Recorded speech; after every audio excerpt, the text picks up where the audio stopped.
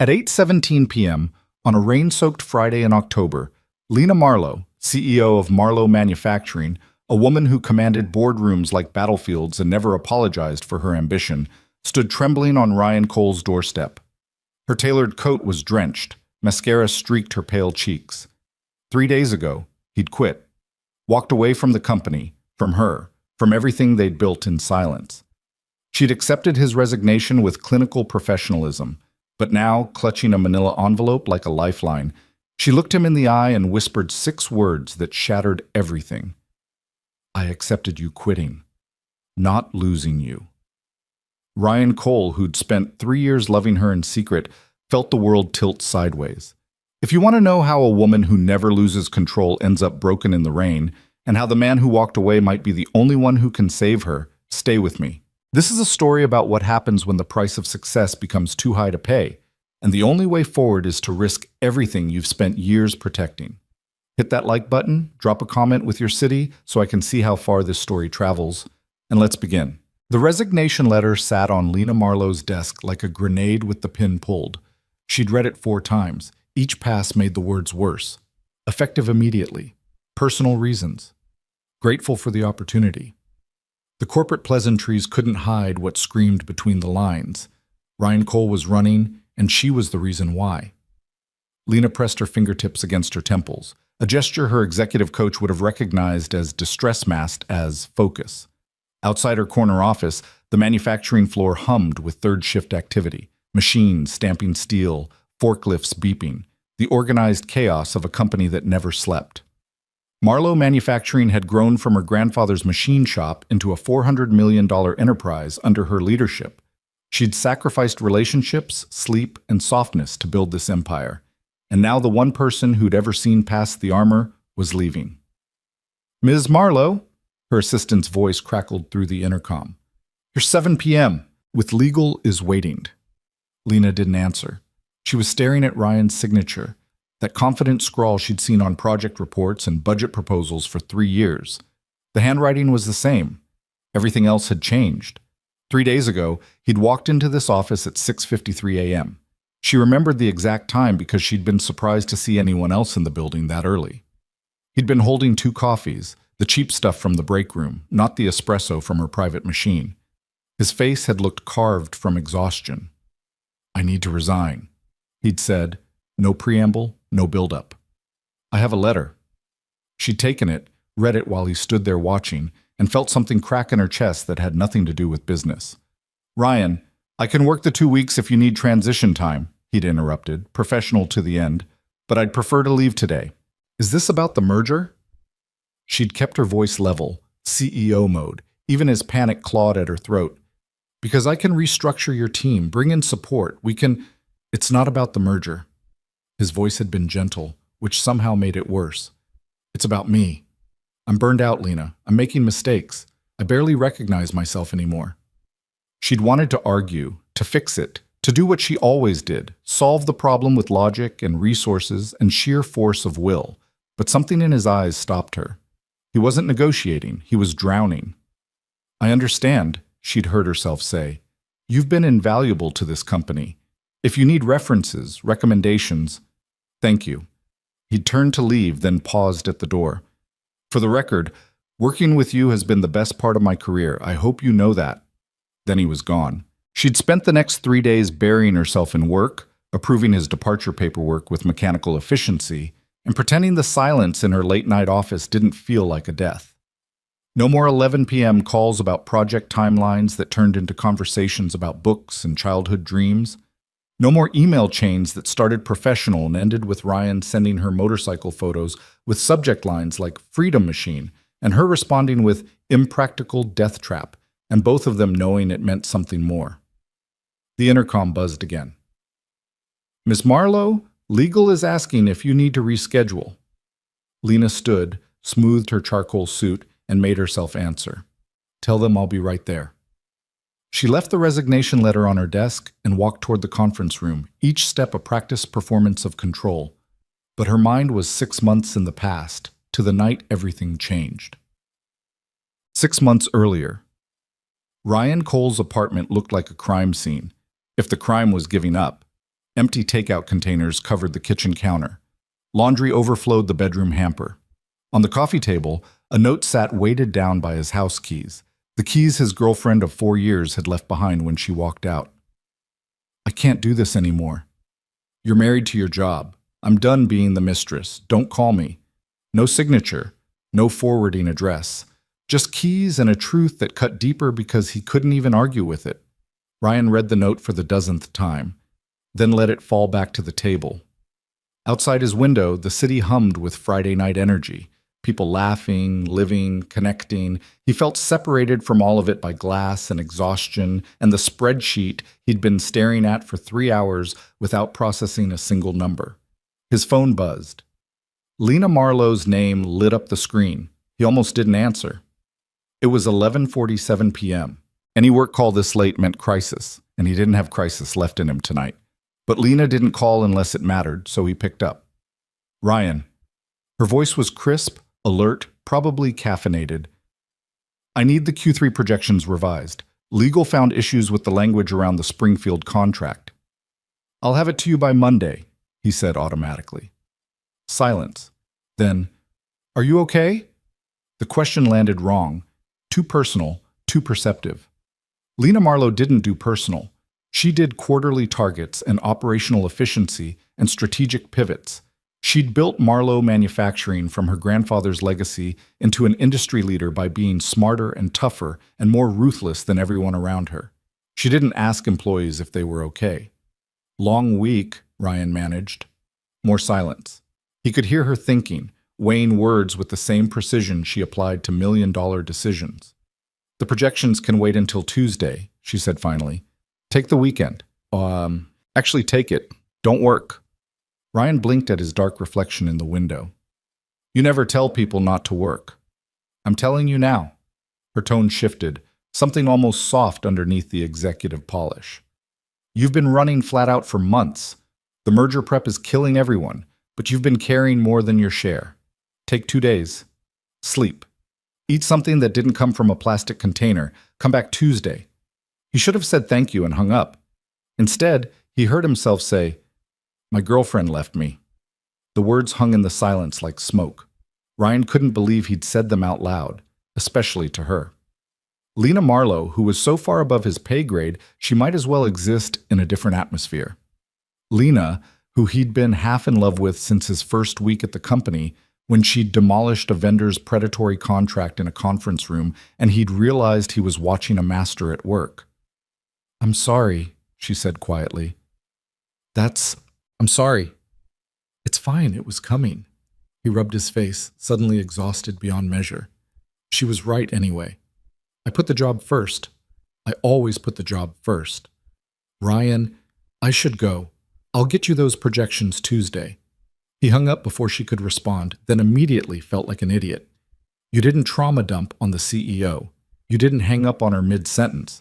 You definitely didn't confess personal failures while she was calling about work. His phone buzzed 30 seconds later. A text from Lena. For what it's worth, anyone who gives you an ultimatum between them and your career doesn't deserve you. Take the weekend. That's an order. Then, 10 seconds later. Also, you didn't let me finish. Legal can wait until Wednesday. Tuesday's too soon. Ryan stared at the messages, something warm and dangerous unfurling in his chest. He typed and deleted 3 responses before settling on, Thank you. Her reply came immediately. Don't thank me. Just rest. He did rest, for the first time in months. And when he came back Wednesday, Lena was waiting at his desk with coffee, the good stuff from her private machine, and a quiet question about whether he was really okay.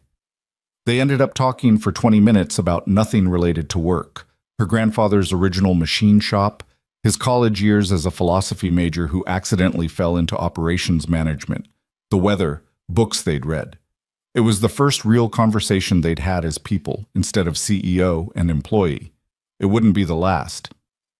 Over the next 4 months, the late-night work calls transformed into something neither of them named. It started innocently enough.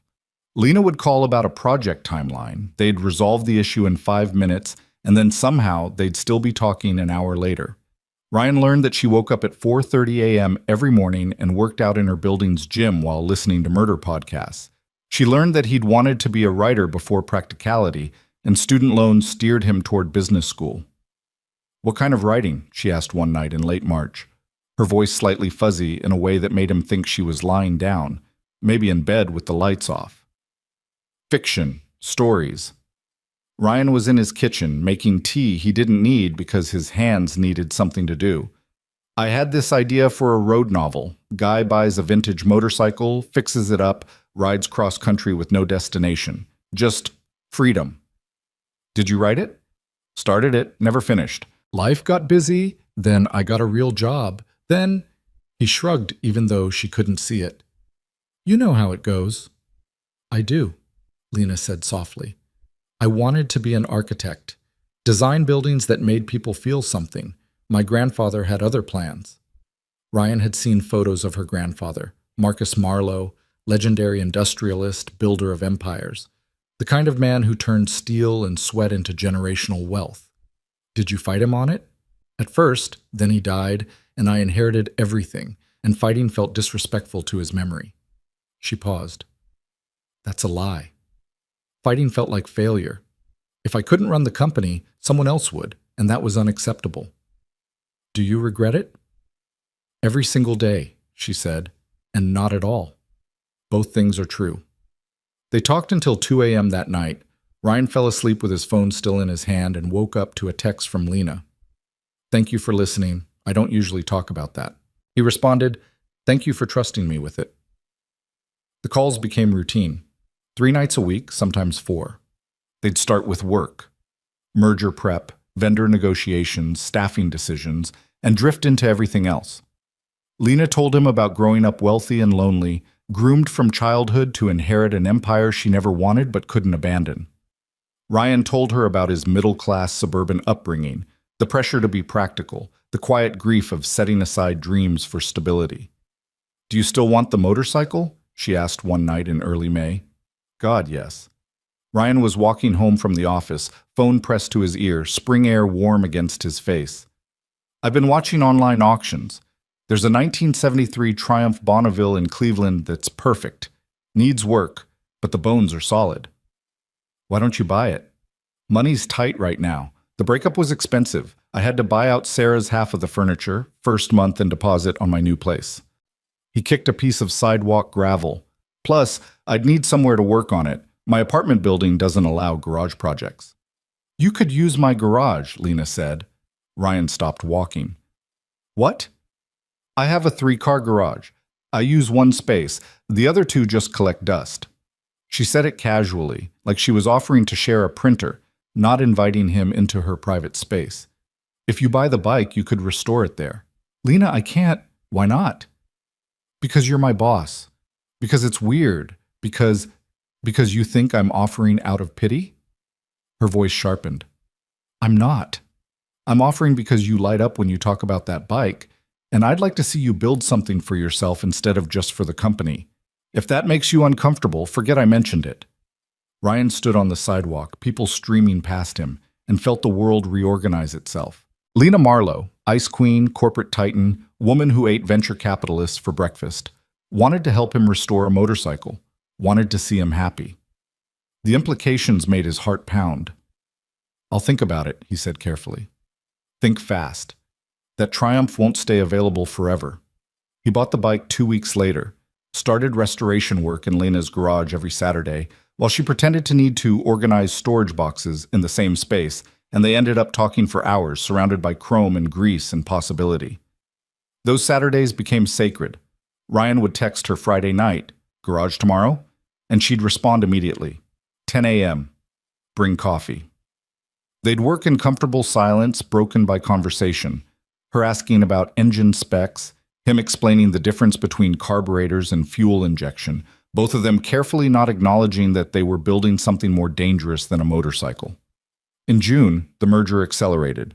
Marlowe Manufacturing was acquiring a competitor, Tri-State Industrial, a $200 million company with facilities in 3 states and a corporate culture that made a Viper Pit look friendly. The deal would double their footprint and cement Lena's reputation as an industry titan, It would also require 18-hour days, weekend work, and the kind of sustained pressure that broke people. Ryan was the merger lead. Lena's choice, her trust, her belief in his competence. He couldn't say no. The first week he worked 90 hours, the second week 95. The third week, he stopped counting because the numbers made him nauseous. He lived on coffee and protein bars and 4 hours of sleep. The motorcycle restoration stopped. The late-night calls with Lena stopped. They were in the office together until midnight most nights anyway. No need for phone conversations when they were physically in the same building. But the dynamic changed. At work, Lena was all business, sharp questions, impossible deadlines, the weight of her expectations like gravity. Ryan pushed himself to meet every demand, determined to prove her faith in him wasn't misplaced. He reviewed contracts until his eyes blurred, managed integration teams across time zones, negotiated with tri-state executives who saw the merger as hostile takeover and treated Marlowe staff like invaders. By early August, he was making mistakes. Small ones at first, transposed numbers in spreadsheets, missed emails, forgotten follow-ups. Then bigger ones. He sent sensitive merger documents to the wrong distribution list, mixed up meeting times and left a tri-state VP waiting in an empty conference room for 40 minutes, snapped at a colleague who asked a reasonable question. Lena noticed. She always noticed. "Ryan, my office," she said one Thursday afternoon, her tone leaving no room for argument. He followed her down the hall, dread pooling in his stomach. In 3 years at Marlowe Manufacturing, he'd never been called to her office for a reprimand. He'd been the golden child, the one who exceeded expectations, the one she trusted. Not anymore. Lena closed the door behind them and gestured to the chair across from her desk. Ryan sat. She didn't. "Talk to me," she said. "About what?" "About why you're falling apart." She crossed her arms, leaning against her desk, those ice-blue eyes reading him like a balance sheet. "You missed the tri-state call this morning. You've sent me 3 reports this week with errors that aren't like you. Your team says you're irritable. What's going on?" Ryan wanted to lie, to say he was fine, to keep the mask in place. But he was so tired, and Lena was looking at him with something that wasn't quite anger, more like concern-wearing armor. "I'm drowning," he admitted. "The merger is too big. I thought I could handle it, but I can't. I'm working all the time. I'm not sleeping. I feel like I'm vibrating out of my skin, and I still can't keep up." Lena was quiet for a long moment. Then she moved around her desk, sat in the chair beside him instead of behind the power position, and said something that broke his heart. "Why didn't you tell me?" "Because you trusted me with this. Because I didn't want to let you down." "Ryan." She leaned forward, elbows on knees, close enough that he could smell her perfume, something expensive and subtle. "You're not letting me down. You're human. This merger is massive. I should have seen the strain. I should have—" She stopped, jaw tight.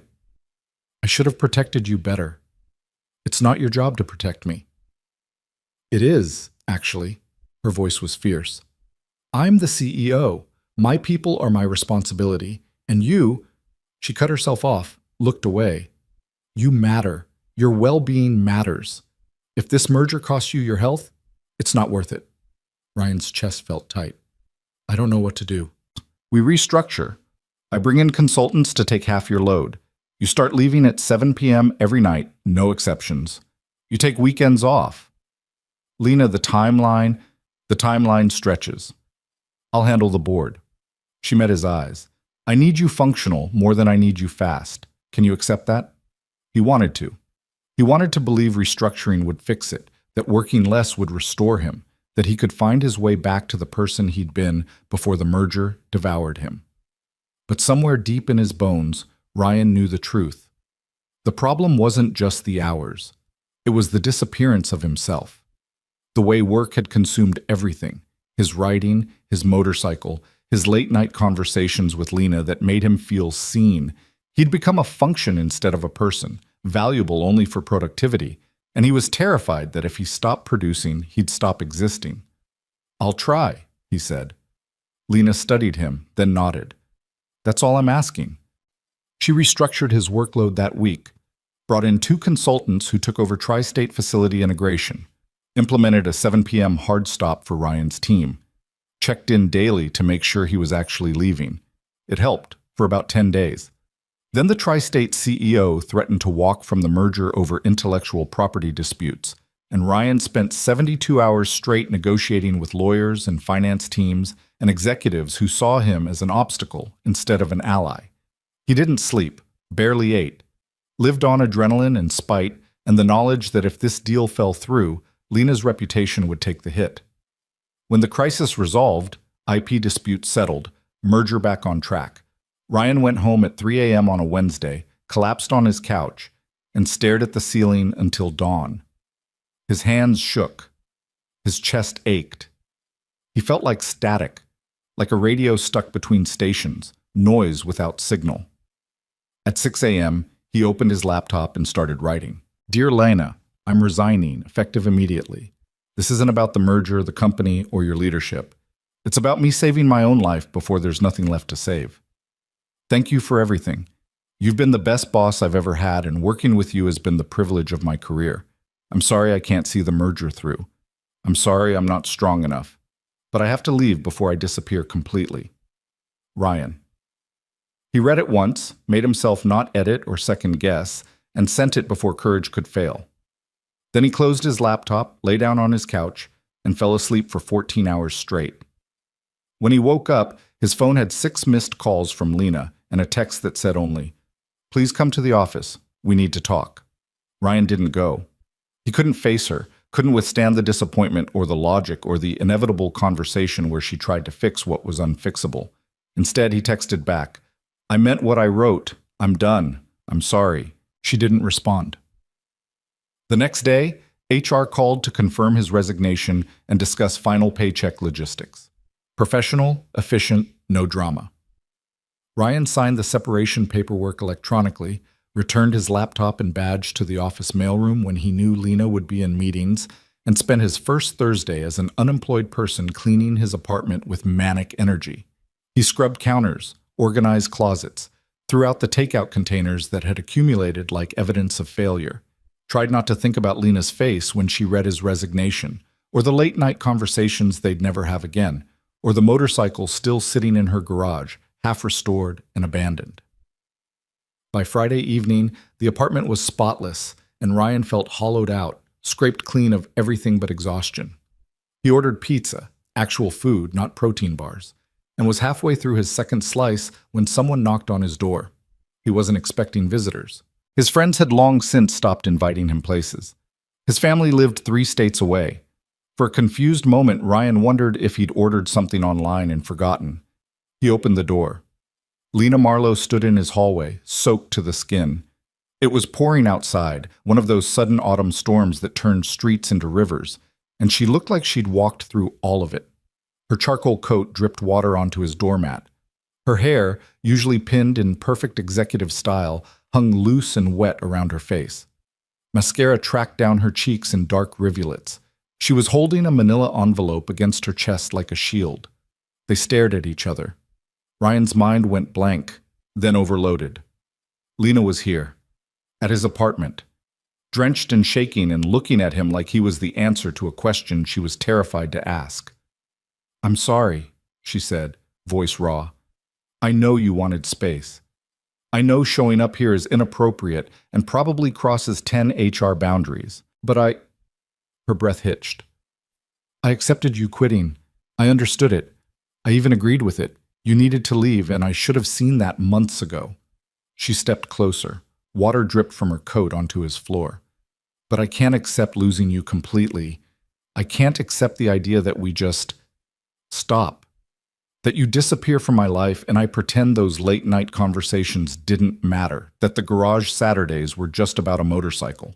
That I don't—" She stopped, swallowed hard, held out the envelope with trembling hands. "I created a position. It's all in here, job description, salary, benefits. It's remote, flexible hours, leading a company-wide wellness initiative, creating programs to prevent exactly what happened to you from happening to anyone else. It's real work, important work, and I think you'd be incredible at it." Ryan took the envelope on autopilot, too stunned to process. "But that's not why I'm here," Lena continued, and now her voice was shaking too. I'm here because I've spent 3 days pretending I'm fine, telling myself that losing you is just business, that I can move on like I move on from everything, and I can't. She looked him in the eyes, and Ryan saw something he'd never seen before. Lena Marlowe, terrified and unguarded and completely human. I don't want to be your boss anymore, she said.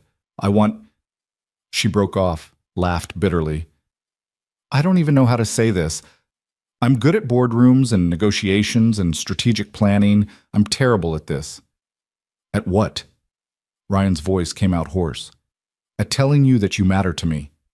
Not as an employee, as a person. As... She pressed her lips together, clearly fighting for composure. I'm in love with you, Ryan. I have been for months, maybe longer. And I couldn't say anything while you worked for me, couldn't cross that line, but you don't work for me anymore. So I'm here, in the rain, humiliating myself, because the thought of you walking out of my life forever is worse than any rejection you could possibly give me. Ryan forgot how to breathe. Lena Marlowe, untouchable, brilliant, terrifying Lena Marlowe, was standing in his doorway confessing feelings he'd convinced himself were impossible. The woman he'd loved in silence for 3 years, the one he'd resigned to escape because staying near her without having her was torture, was telling him she loved him back. Say something, she whispered. Please. Come inside, Ryan managed. You're soaking wet and we need to just come inside. She hesitated like she might bolt, then stepped across the threshold into his small, messy, painfully normal apartment. Ryan closed the door behind her, sealing them in together, and felt the foundation of his entire world shift. This was the climax they'd been building toward for months without knowing it. The moment when everything they'd been too afraid to name finally demanded recognition, and Ryan had a choice to make. Ryan's apartment had never felt smaller. The walls seemed to close in as Lena stood dripping on his worn carpet, the manila envelope clutched between them like evidence of something neither could take back. Outside, rain hammered against the windows in sheets, turning the city lights into watercolor blurs. Inside, the silence stretched so tight, Ryan thought it might snap. I should get you a towel, he said, because his brain had apparently decided that domestic logistics were easier than processing the fact that Lena Marlowe had just told him she was in love with him. Ryan, her voice was quiet but firm. I didn't come here for a towel. I know, He ran his hand through his hair, suddenly aware of how he must look. Rumpled t-shirt, old jeans, 2 days of stubble, the walking embodiment of unemployment. Meanwhile, she stood there in her executive coat and tailored slacks, even soaked to the bone, still radiating a competence he'd lost weeks ago. I need a second to catch up. You just said, I'm in love with you. She said it again, clearer this time, like repetition would make it more real. I know the timing is terrible. I know I should have waited, should have given you space to recover before dumping this on you. But I spent 3 days trying to be professional about your resignation, trying to accept it gracefully, and all I could think about was that I'd never get another late-night call, never see you in the garage on Saturday mornings, never. Her breath caught. She looked down at the envelope still in her hands, and when she spoke again, her voice was smaller. I've never done this before. Shown up at someone's door, said these things out loud. I don't know the rules. Something in Ryan's chest cracked open. All his life, he'd seen Lena as untouchable, a woman who commanded rooms and closed deals and moved through the world with absolute certainty. But standing in his apartment with mascara-stained cheeks and trembling hands, she wasn't a CEO. She was just a person taking a terrifying risk, just like he had when he sent that resignation letter. There aren't rules, Ryan said softly. Or if there are, we've already broken most of them. Lena's eyes snapped to his, searching. What does that mean? It means I've been in love with you since my first month at Marlowe Manufacturing. The confession spilled out before courage could fail. It means every late-night call felt like stealing something I wasn't allowed to have. It means I spent Saturday mornings in your garage pretending I was working on a motorcycle when really I was just desperate to be near you. Her sharp intake of breath was audible even over the rain. It means, Ryan continued, his voice gaining strength, that part of why I resigned was because staying near you without being able to have you was killing me. I was burning out from the merger, yes, but I was also breaking from wanting something I thought was impossible. Ryan, let me finish. He took a step closer, close enough to see the silver flecks in her blue eyes, close enough to smell rain and expensive perfume and possibility. You showing up here tonight telling me how you feel? It's the most terrifying and exhilarating thing that's ever happened to me. But I need you to understand something. Lena's fingers tightened on the envelope. What? I meant what I wrote in that resignation letter. I was disappearing. The merger was consuming me, and I couldn't see a way out except to leave completely. He gestured around his small apartment, the secondhand couch, the motorcycle magazines on the coffee table, the life he was trying to rebuild. I'm not the same person I was when I started at your company. I'm not sure who I am right now, and I can't. His throat tightened. I can't be what you need me to be if I don't figure out who I am first. The words hung between them like a suspended sentence. Ryan watched Lena process them, saw the flicker of pain cross her face before she locked it down with practiced control. I'm not asking you to be anything except yourself, she said quietly. That's the point. The person you think you need to be, the one who works 90-hour weeks and sacrifices everything for the job, that's not who I fell in love with. Then who did you fall in love with? The man who lights up talking about vintage motorcycles and road trips he's never taken. The one who sends me book recommendations at midnight and argues about character motivation like it matters. The person who listened when I told you about wanting to be an architect, who didn't judge me for inheriting an empire I never wanted. She took a shaky breath. I fell in love with Ryan Cole, the human being, not Ryan Cole, the employee. And I'm standing here because I don't want to lose the human being. Ryan felt something loosen in his chest, a knot he'd been carrying for months without naming. I don't want to lose you either, but I'm terrified. Of what? Of this being another thing I fail at. Of not being enough. Of... He stopped, forced himself to say the hardest part. Of you realizing I'm not worth the risk. Lena set the envelope down on the small table by his door with deliberate care, like she was making a decision.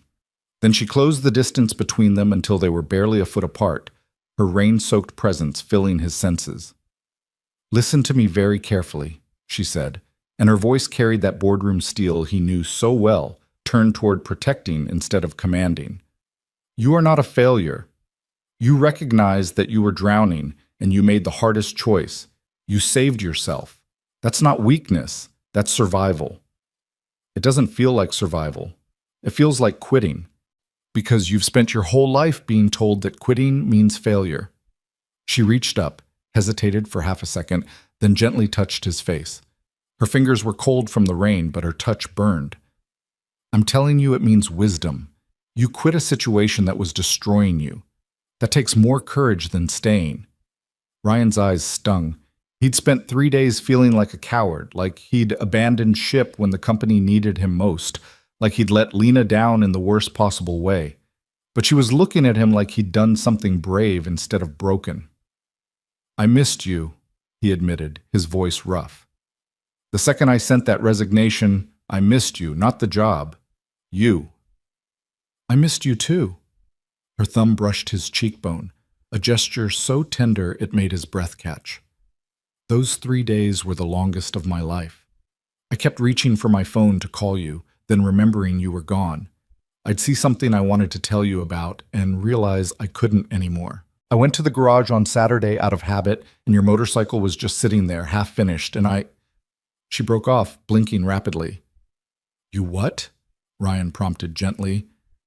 I sat on the floor next to it and cried. The admission came out like a confession. Which is insane because I don't cry. I haven't cried in years. But I looked at that triumph and thought about all the Saturdays we'd spent there, talking and laughing and building something together, and the idea that those were over broke something in me. Ryan moved on instinct, pulling her close, wrapping his arms around her rain-soaked shoulders. She stiffened for half a second. Lena Marlowe didn't do vulnerability, didn't accept comfort, then melted into him with a sound that might have been relief or surrender, or both. They stood like that for a long moment, breathing together, rain drumming overhead. Ryan could feel her heart pounding against his chest, could feel her trembling slightly, could feel the careful control she'd maintained for years finally cracking apart. I don't know how to do this, she whispered against his shoulder. Relationship, feelings, any of it. I've spent my entire adult life focused on the company. I've had dates, flings, things that look like relationships from the outside but never meant anything.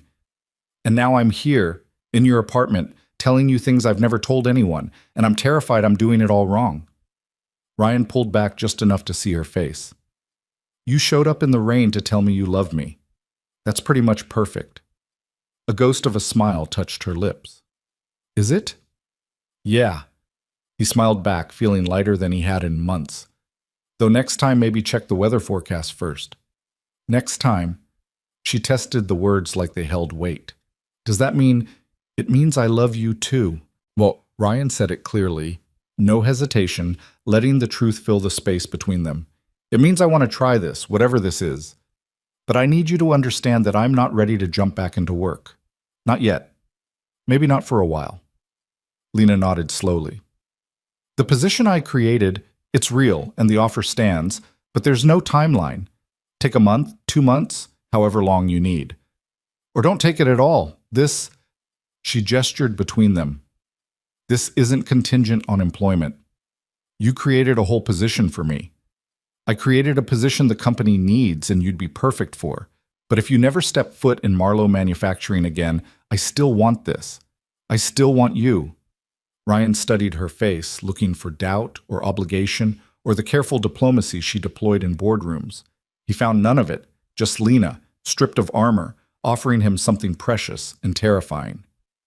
I need time, he said carefully, to figure out who I am outside of work, to rest, to finish that motorcycle and maybe actually take the trip I've been dreaming about for years. Can you give me that? Yes. No hesitation, no negotiation. Take whatever time you need. And I need us to start this right.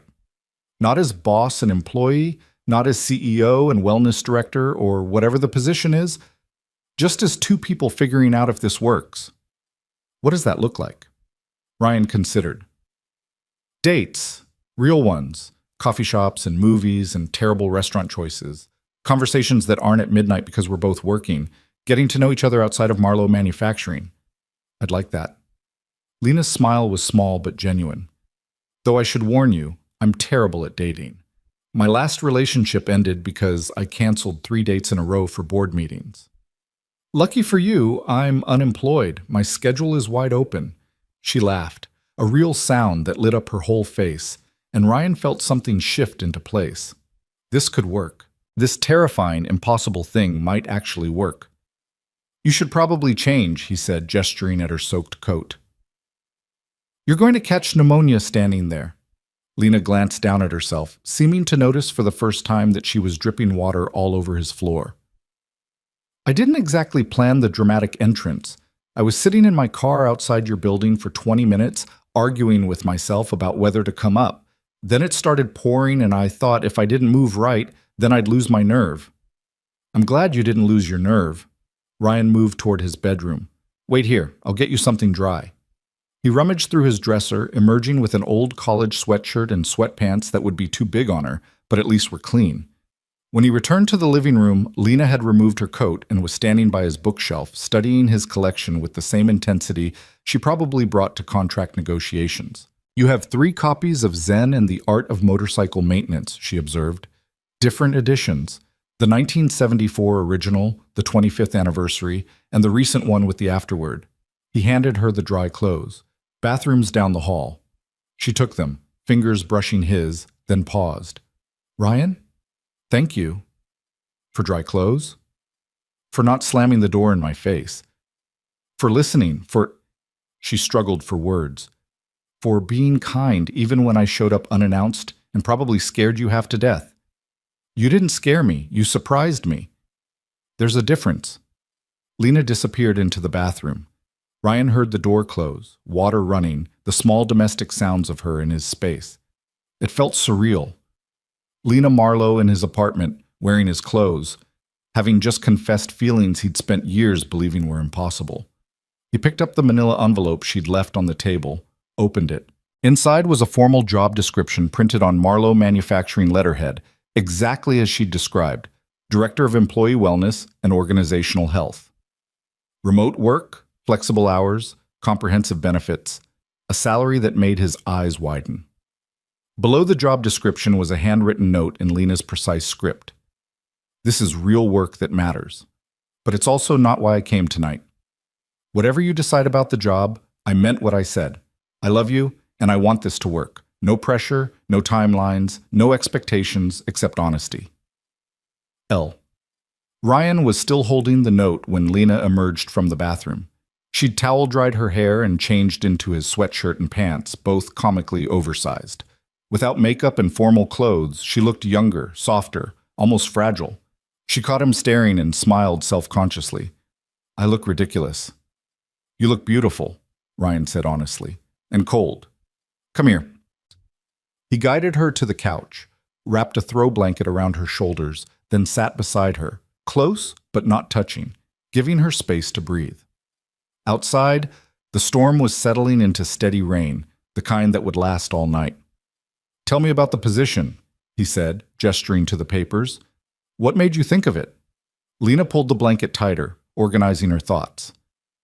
After you resigned, I started reviewing our company policies, benefits, work-life balance, mental health support. What I found was embarrassing. We offer the legal minimum for mental health coverage, we have no programs to prevent burnout, and our culture basically rewards people for destroying themselves in service of productivity. That's most companies. That doesn't make it right. Her voice carried that edge of determination he recognized from board meetings. You weren't the first person to burn out at Marlowe Manufacturing. You were just the first one I cared enough about to notice. Before you, I accepted that high-pressure work came with casualties. People who couldn't handle it left, and I replaced them with people who could. Efficient, ruthless, and completely wrong. Ryan watched her face as she spoke, saw the genuine remorse there. Creating this position isn't charity, Lena continued. It's acknowledgement that I've been failing my people. If someone with your dedication and competence burned out, the problem isn't you, it's the system, and I need someone who understands that system from the inside to help me fix it. Someone who broke under it, you mean? Someone who survived it and has the insight to prevent others from experiencing the same thing. She met his eyes. But I meant what I wrote. This isn't contingent on us. If you take the job and we don't work out romantically, you keep the job. If you never take the job and we do work out, that's fine too. These are separate decisions. Ryan believed her. Lena might be many things, but she wasn't manipulative. If she said the job was real and the relationship was separate, she meant it. Can I ask you something? He said. Anything. When did you know? About us, I mean. When did it stop being just late-night work calls? Lena thought for a moment, pulling the blanket around herself like armor.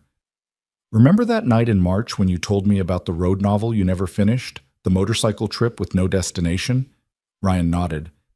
You talked about freedom like it was something sacred, like the whole point of life was finding moments where you weren't performing for anyone, where you could just exist without purpose or productivity. And I remember thinking, she paused, voice going soft.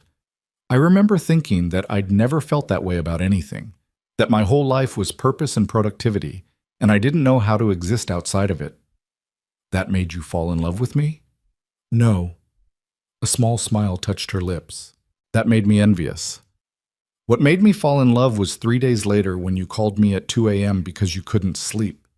You said you'd been thinking about our conversation and you wanted to know if I'd ever felt free.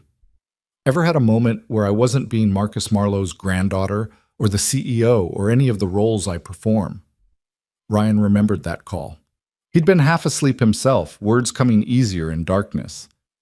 I told you about being 16, Lena continued, sneaking out of my grandfather's estate to go to public library, just sitting there for hours reading architecture books, dreaming about buildings I'd never designed, feeling like a normal teenager for 5 precious hours before my security detail found me and dragged me home. You cried during that call, Ryan said quietly. I heard it in your voice. I did. And you didn't make it awkward or try to fix it. You just said, everyone deserves moments where they're not performing. And I realized I'd been performing my entire life except for those late-night calls with you. She looked at him directly. That's when I knew. When I understood that you saw me as a person first and the CEO second. That's so rare it felt like oxygen. Ryan's throat tightened. I see you, Lena. I've always seen you. I know. That's why I'm here. They sat in comfortable silence for a while, listening to the rain. Ryan's mind was spinning through possibilities and fears and hopes he'd suppressed for years. Lena Marlowe loved him, wanted to build something with him. The woman who commanded boardrooms and closed nine-figure deals was sitting on his second-hand couch in his old sweatshirt, looking at him like he held something precious. "I'm still scared," he admitted, "of this, of failing, of not being enough." "So am I." Lena shifted closer until their shoulders touched.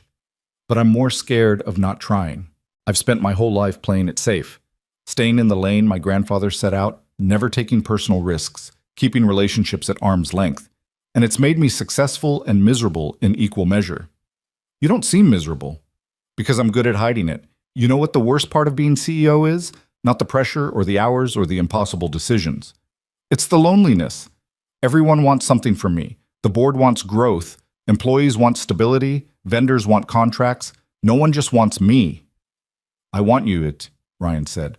"No agenda, no expectations. Just you." Lena turned to face him fully, and her eyes were bright. "Then let's try this slowly, carefully, honestly. We go on actual dates. We figure out who we are outside of Marlowe Manufacturing. We mess up and talk about it instead of running. Can we do that?" "I think so." Ryan reached out, took her hand. Her fingers were still cold but warming. "Where do we start?" "How about breakfast tomorrow? There's a diner on 5th Street I've driven past 1,000 times but never stopped at. We could go, just two people having pancakes and terrible coffee." Ryan smiled. "That sounds perfect." "Really? Because I was worried it was too mundane." "Lena, I've spent 3 years having late-night conversations with you about philosophy and motorcycles and childhood dreams. Mundane sounds revolutionary." She laughed, that genuine sound he loved, and squeezed his hand. "Breakfast at 9? I'll be there." They talked for another hour, mapping out the shape of what this might look like. Boundaries and expectations, fears and hopes, the logistics of building something real. Lena needed to learn how to separate work from personal life, to stop checking email at midnight and trust her team. Ryan needed time to heal, to rediscover himself outside of productivity and performance. They both needed to practice vulnerability, honesty, and the terrifying work of letting someone see them completely. Around midnight, Lena stood to leave. She'd changed back into her own clothes, mostly dry now, and looked more like herself, though softer around the edges than he'd ever seen her at the office. "Thank you for tonight," she said at the door. "For listening, for being honest, for not thinking I was completely insane for showing up in the rain." "Thank you for showing up." Ryan squeezed her hand. "Drive safe." "Always." She hesitated, then leaned in and kissed his cheek, brief and sweet and full of promise. "See you at 9. Then she was gone, leaving only the faint scent of her perfume and the echo of possibility. Ryan closed the door, leaned against it, and let out a breath he felt like he'd been holding for 3 years. Lena Marlowe loved him. They were going to breakfast tomorrow.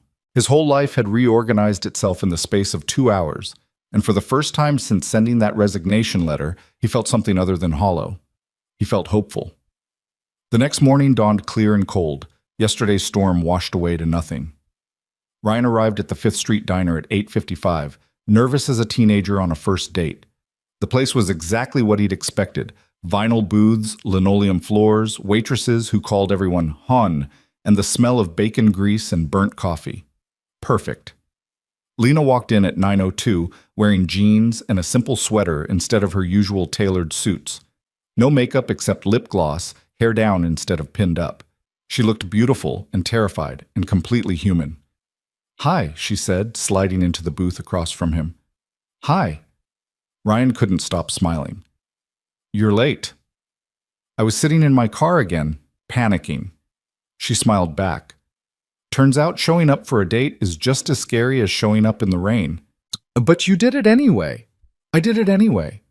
A waitress appeared with coffee, actually terrible, as promised, and menus. They ordered breakfast, made small talk about the weather, the diner's questionable decorating choices, anything except the weight of what they were attempting. But underneath the mundane conversation, something else was building. Ease, comfort, the beginning of something real. Can I tell you something? Lena said as their food arrived. Pancakes for her, an omelet for him. Always. I haven't been on a real date in 4 years. I'm completely out of practice. Ryan reached across the table, took her hand. Lucky for you, I'm unemployed and rusty too. We can be disasters together. She laughed, and the sound filled the diner like light. Deal. They ate breakfast and talked about everything except work. Books they'd read, places they wanted to travel, childhood embarrassments, favorite films. Ryan learned that Lena had wanted a dog her entire life, but never felt like she had time for one. Lena learned that Ryan had a secret talent for baking bread, but hadn't made a loaf in years. Small details, mundane facts, the building blocks of actually knowing someone outside of professional context. As they finished eating, Lena's phone buzzed. She glanced at it reflexively, then deliberately turned it face down on the table. Work? Ryan asked. Emergency board meeting. They want me there in an hour. She sighed. Old habits. I should take it. Should you? Lena looked at the phone, then at Ryan, then at the half-finished pancakes on her plate. He could see her calculating the cost of missing the meeting versus the cost of cutting this short, CEO obligations versus personal desires, the endless triage of importance she'd performed her whole life. Then she picked up the phone and typed a quick message. Set it back down. I told them I'm unavailable until this afternoon. They can handle it without me. Ryan felt his chest expand. Yeah? Yeah. She met his eyes. I meant what I said last night. I want to learn how to do this, put personal life first, trust other people to handle things, stop acting like the company will collapse without me. So I'm starting now. That's huge. It's terrifying, she smiled. But so is everything else about this, and I'm doing it anyway.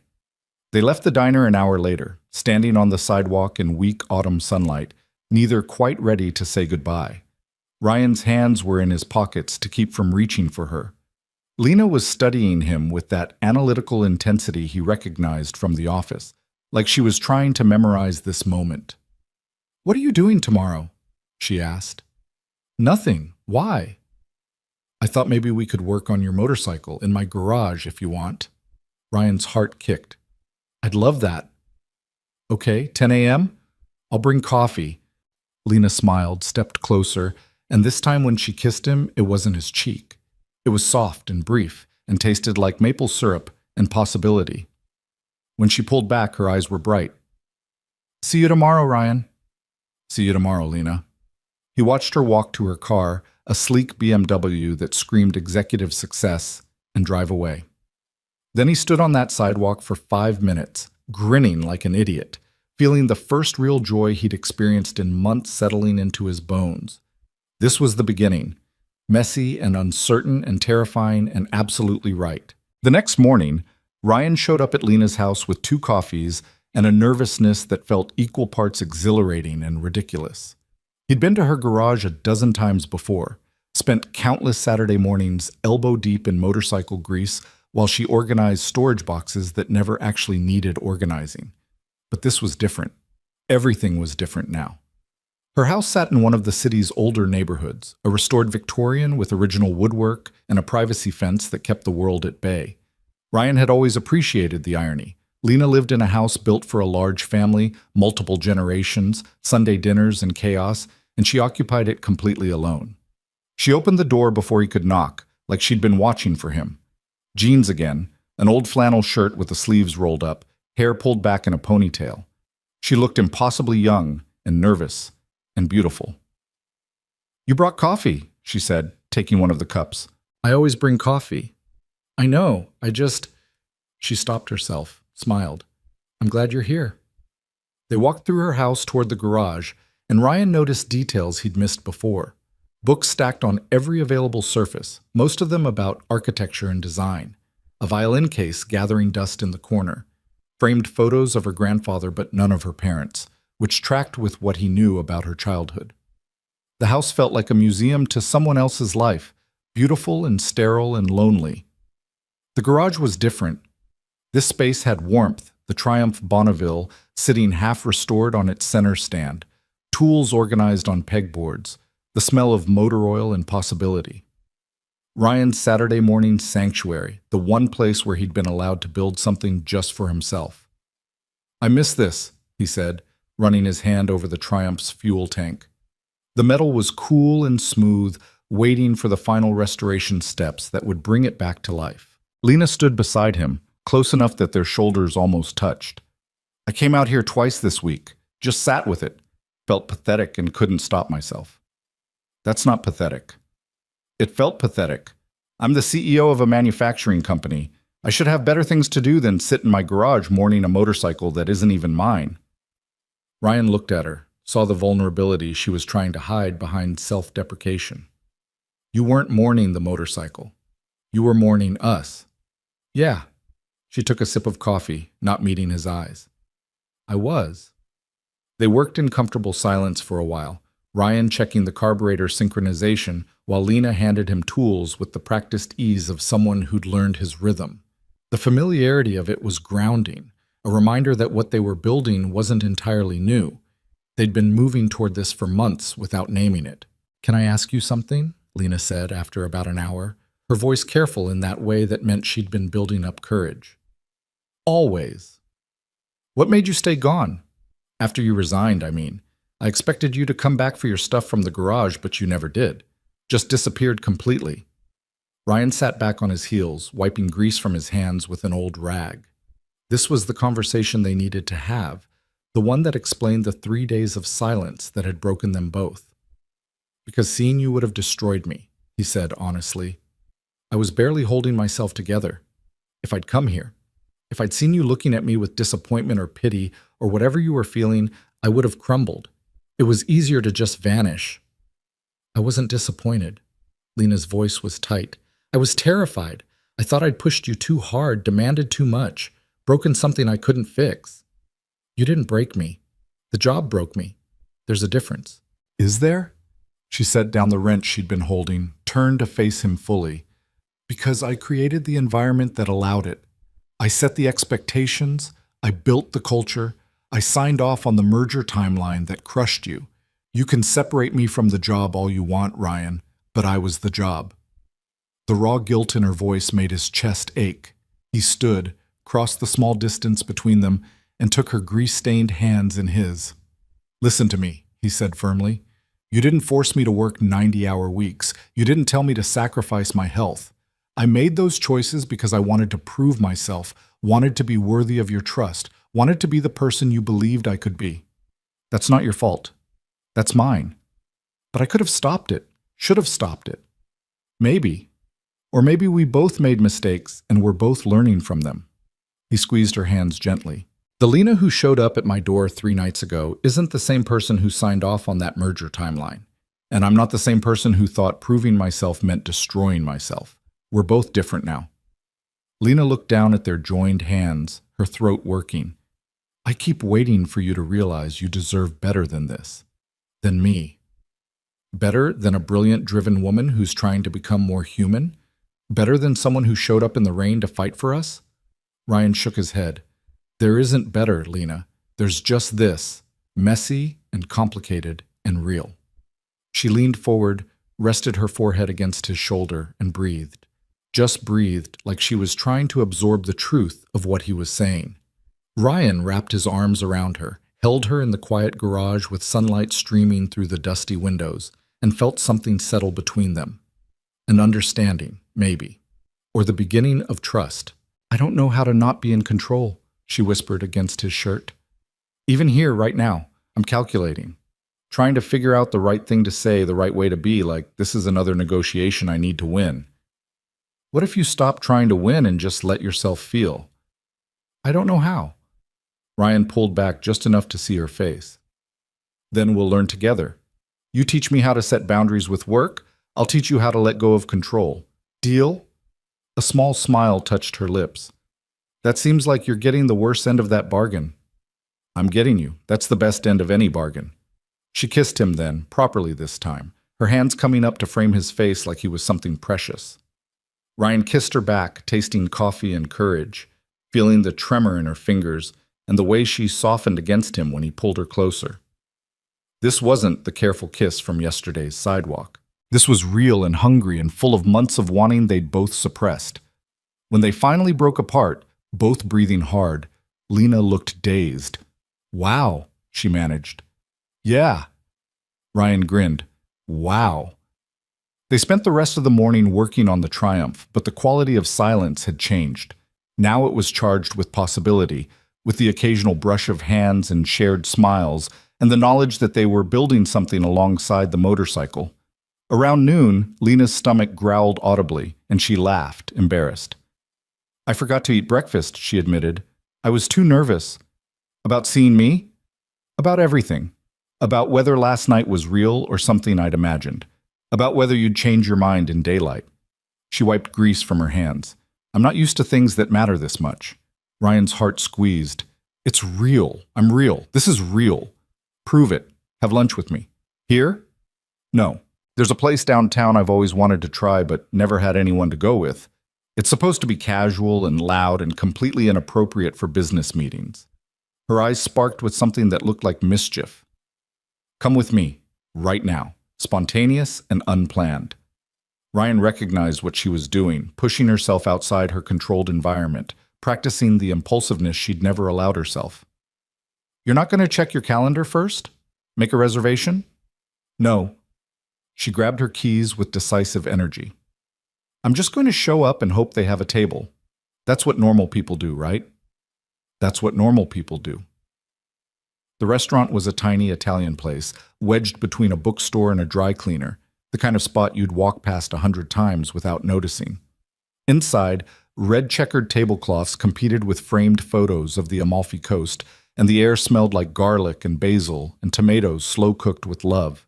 A grandmother-type hostess took one look at them, both still wearing garage grease despite their best efforts, and smiled like she knew a secret. "Two?" she asked in an accent thick as marinara. "Please," Lena said. They were seated in a corner booth, handed laminated menus with approximately 700 items, and left to navigate the overwhelming choices. Ryan watched Lena study the menu with the same intensity she probably brought to financial reports, and bit back a smile. "You're allowed to just pick something you like," he said gently. "It doesn't have to be optimal." "I know that." But she kept reading, analyzing, trying to make the perfect choice. Ryan reached across the table, gently pulled the menu from her hands. "Close your eyes." "What?" "Humor me. Close your eyes." She did, looking suspicious but willing. Ryan studied her face in the dim restaurant light, the small crease between her brows, the tension in her jaw, the visible effort it took her to relinquish control even in something as small as lunch. "What's the first thing you think of when I say Italian food?" he asked. "Lasagna. My grandfather's housekeeper made it every Sunday when I was little. It was the only meal that felt like family." Ryan opened his own menu, found the lasagna, and closed it. When their waitress returned, he ordered 2 lasagnas and a bottle of house red wine without consulting Lena. Her eyes flew open. "You just ordered for me." "I did. Are you mad?" She considered, then slowly smiled. "No, I'm relieved. That was exhausting." "What was?" "Trying to make a perfect choice about lunch. It's just lunch." "Why is my brain like this?" "Because you've trained it to optimize everything." Ryan poured them both wine. "But you're allowed to just exist sometimes. Eat food because it sounds good. Make imperfect choices. Be human." Lena took a long sip of wine, some of the tension leaving her shoulders. "I hired a therapist this week." The admission surprised him. "Yeah?" "After you resigned, I realized I had no one to talk to about how I felt. No friends close enough to understand, no family left, no—" She gestured vaguely. "I've built this perfect empire and completely isolated myself in the process. That's not sustainable." "That's brave," Ryan said. "Asking for help." "It's terrifying. I've spent my whole life being the person who has answers, who fixes problems, who never needs support. Admitting I need a therapist feels like admitting I'm failing. Or admitting you're human. Those aren't the same thing." Their food arrived, massive portions of lasagna that smelled like childhood and comfort. Lena took her first bite and made a sound that was almost indecent. "Oh my God," she mumbled around the mouthful. "This is exactly how I remembered it." Ryan grinned. "Ryan's good? Perfect." You somehow ordered the perfect thing? I listened to what you wanted and trusted your instinct. Revolutionary concept. She pointed her fork at him. You're very pleased with yourself right now. Little bit, yeah. They ate and talked, conversation flowing easier than it had any right to. Lena told him about her first therapy session, how she'd spent 45 minutes trying to explain her childhood before the therapist gently pointed out she was narrating events without accessing feelings. Ryan told her about the past week of unemployment, the strange freedom of days without structure, the creeping anxiety about money and purpose, and whether he'd made a catastrophic mistake. Do you regret it? Lena asked. Resigning? Ryan thought about it honestly. No. I regret that it took getting that broken to make the choice. But the choice itself? No, I needed to leave. I was disappearing. Are you still disappearing?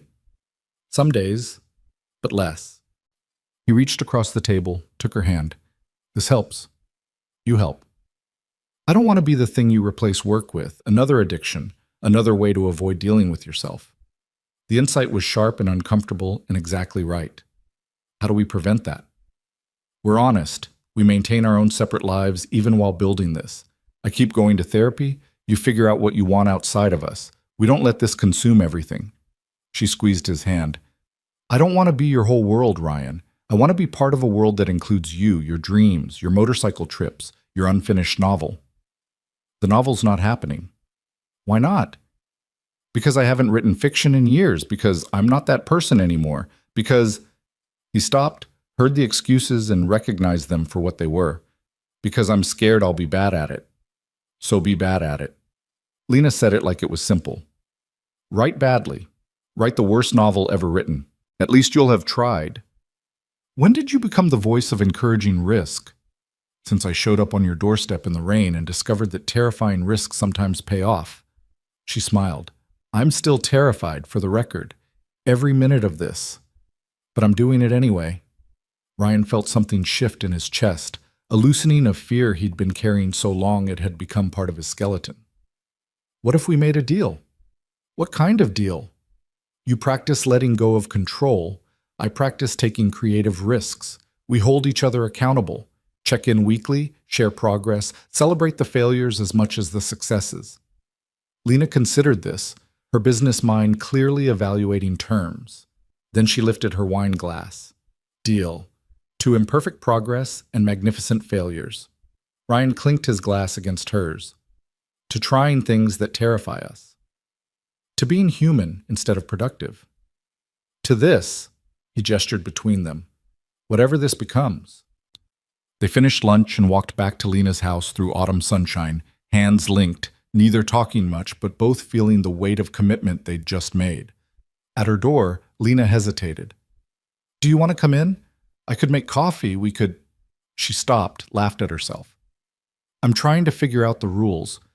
What's appropriate on a second date that's also kind of our 50th conversation? There are no rules, Ryan said. What do you want? Honestly, I want you to stay. I want to sit on my couch that no one ever sits on and watch a movie that's probably terrible and just exist with you for a few more hours. She met his eyes. But I also don't want to rush this.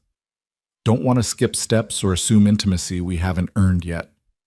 Then let's watch a movie, just a movie, low stakes. They ended up on her enormous sectional couch with a blanket and a romantic comedy from the 90s that was aggressively mediocre.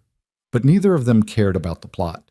Ryan sat with Lena curled against his side, her head on his shoulder, both of them learning the geography of being close without the pressure of what came next. It was comfortable and slightly awkward and absolutely perfect. Halfway through the movie, Lena's phone rang.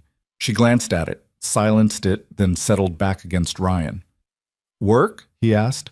Board member probably wants to discuss the meeting I skipped this morning. Do you need to take it? No. She said it firmly. I'm exactly where I need to be. Ryan pressed a kiss to the top of her head, breathed in her shampoo, and felt peace settle into his bones. This was what he'd been missing, not just Lena, but the permission to exist without performing, to be present instead of productive, to choose connection over obligation.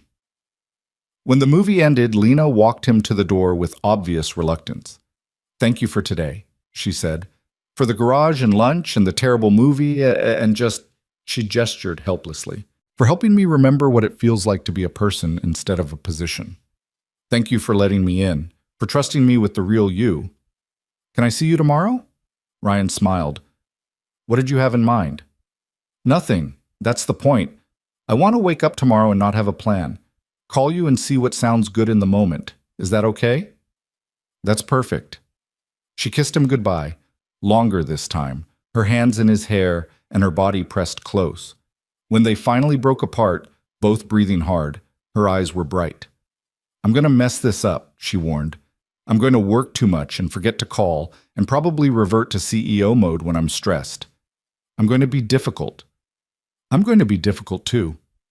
I'm going to spiral about unemployment and probably get weird about money and definitely struggle with feeling worthy of this. He cupped her face gently. We'll be difficult together. Promise? Promise. Over the next 2 weeks, they built a routine that wasn't routine at all. Some days they'd spend hours together, long lunches, garage time with the Triumph, walks through the city pointing out architecture and arguing about design. Other days they'd text sporadically, giving each other space to exist independently. Lena went to therapy twice a week and started delegating more at work, actually leaving the office at reasonable hours. Ryan started writing again, terrible and halting at first, but writing nonetheless. They had their first real fight on a Wednesday evening, 2 weeks into whatever this was. Ryan had mentioned looking at job postings, just browsing to see what was available, and Lena's face had gone carefully blank in that way he recognized as her shutting down. You don't need to job hunt, she'd said. The position I created is still available.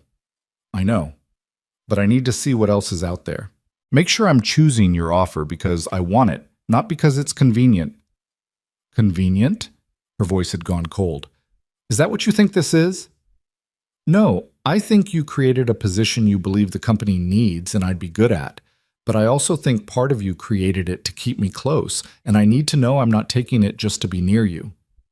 So my motives are suspect now?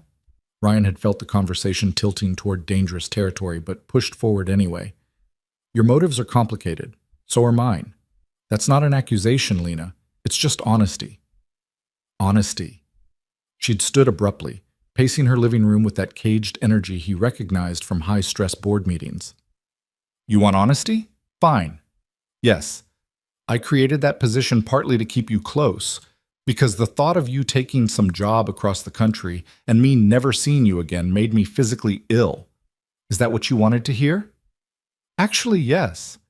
Ryan had stayed seated, keeping his voice calm. Because that's real.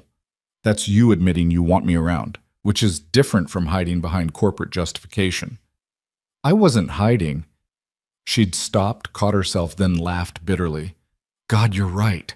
I was totally hiding, presenting it as pure business when really I was just terrified you'd leave. I'm not leaving, but I need to make choices about my career that aren't primarily about us. Can you understand that? Lena had stood at her window, back to him, shoulders tight. For a long moment, Ryan thought she might ask him to leave, shut down completely the way she probably did in boardrooms when negotiations went badly. Then she'd turned around, and her face was open and raw. I understand it intellectually. Emotionally, I hate it. I want to solve this by throwing money at it, by making the perfect offer you can't refuse, by controlling the outcome. She'd crossed back to the couch, sat beside him. But that's not fair to you, and it's not healthy for me. No, it's not. So what do we do? Ryan had taken her hand, felt it trembling slightly. You let me job hunt without panicking. I promise to seriously consider your offer alongside everything else. And we trust that if this is real, it'll survive me making my own choices. That's terrifying. I know. Do it anyway. She had, though Ryan could tell it cost her. Over the next week, Lena visibly worked to give him space while he explored options. He had interviews with 3 different companies, ranging from terrible to interesting. None of them felt right. Too much like returning to the same patterns that had broken him, different building but same cage. The wellness position at Marlowe Manufacturing, by contrast, felt like purpose. Creating programs to prevent burnout, restructuring policies to support mental health, building a culture where people could be human instead of just productive. It was real work that mattered, and Ryan found himself genuinely excited about the challenge. But he needed to be sure he was choosing it for the right reasons. "I want to take the position," he told Lena over dinner at her place, 3 weeks into their relationship. "But I need you to understand something first." She set down her fork, giving him complete attention. "Okay. If I take this job, I'm taking it because I believe in the work, because I think I can make a real difference in people's lives. Not because you created it, not to be near you, but because it matters." He held her gaze. "That means I'm going to push back on you when I think company policies are wrong. I'm going to challenge the culture you've built, even when it's uncomfortable. I'm going to be an employee who cares more about people than productivity, and that might put us in conflict." "I'm counting on it," Lena said quietly. "The whole point of the position is to change things. If you just rubber stamp everything I do, you're not doing your job." "Can you handle that? Me disagreeing with you at work?" "Honestly, I don't know. I've never had a personal relationship with an employee before, never had to navigate that separation." She reached across the table, took his hand. "But I want to try. We set clear boundaries. At work, you report to the COO, not me. We don't discuss our relationship in the office. We keep business and personal as separate as possible. And if it doesn't work, if mixing professional and personal implodes, then we'll deal with it, together." She squeezed his hand. "I'm not asking you to take the job, Ryan. I'm asking you to consider it as a legitimate option, separate from us. If you choose something else, we'll figure that out too." Ryan looked at her, really looked at the woman who'd shown up on his doorstep in the rain, who was learning to relinquish control one painful step at a time, who loved him enough to risk losing him by giving him choice. The decision crystallized. "I'll take it," he said. "Not starting immediately. I need another month to finish recovering, to get the motorcycle running, to just be unemployed a little longer. But yes, I want the position." Lena's face transformed, relief and joy breaking through her careful composure. "Yeah? Yeah. On one condition." "Name it." "You let me design the programs without interference. Trust me to do the job you hired me for, even when my recommendations make you uncomfortable." She didn't hesitate. "Deal. When do you want to start?" "January. Give me 2 more months to be human, then I'll come back ready to fight for your employees' humanity too." "That's perfect." Lena stood, crossed to his side of the table, and kissed him thoroughly. "Thank you for choosing this, for choosing us. Thank you for letting it be a choice instead of an obligation." They spent the rest of the evening planning, not the job, but the next 2 months of freedom. Ryan wanted to finish the Triumph restoration, maybe take a short trip to test it out. Lena wanted to use some accumulated vacation time, something she hadn't done in 5 years. They talked about taking a long weekend somewhere, just the two of them, no work and no phones and nothing but road and possibility. As Ryan left that night, walking to his car under stars just beginning to emerge, he felt something he hadn't experienced in years. Not just happiness, but rightness. The sense that his life was finally aligning with his values, that he was building something authentic instead of performing someone else's version of success. His phone buzzed with a text from Lena. "I'm proud of you. For taking time to heal, for making your own choice, for being brave enough to fight for what you need." "See you tomorrow?" Ryan smiled, typed back. "See you tomorrow. Always tomorrow." And for the first time in longer than he could remember, tomorrow felt like promise instead of threat. The Triumph roared to life on a cold Saturday morning in late November, the engine's rumble echoing through Lena's garage like a victory song. Ryan sat astride the vintage motorcycle, hands on the grips, feeling 3 months of work and healing vibrate beneath him. The restoration was complete. New gaskets, synchronized carburetors, fresh paint on the fuel tank in deep British racing green, chrome polished until it caught sunlight like a mirror. Lena stood in the garage doorway, coffee cup in hand, watching him with a smile that made his chest tight. "How does it feel?" she called over the engine noise. Ryan twisted the throttle, listened to the response, then killed the ignition. The sudden silence felt profound. Like freedom. Like I actually finished something for myself instead of abandoning it halfway through. "You did finish it. I'm so proud of you." He climbed off the bike, pulled off his gloves, and crossed to where she stood. "We finished it. You handed me tools for 3 months, listened to me complain about stripped bolts, helped me figure out the wiring harness when I was ready to give up. This wasn't solo. Maybe not. Lena set down her coffee, wrapped her arms around his waist.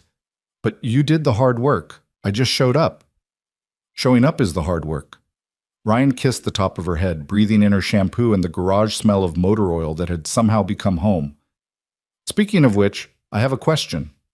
Dangerous opening. Remember that road trip I talked about? The one from my unfinished novel, Riding Cross Country with No Destination? I remember. I want to take it. Not cross country, not yet, but a week. Just me and the bike and some highways I've never seen. Clear my head before I start at Marlow in January. He pulled back to see her face. Will you be okay with that? Lena's expression flickered, something that looked like fear before she schooled it into support. Of course. You should go. When? Next week if the weather holds. I know it's last minute and I know we have plans. Ryan. She put her hand on his chest right over his heart. Go. Take your trip. I'll be here when you get back.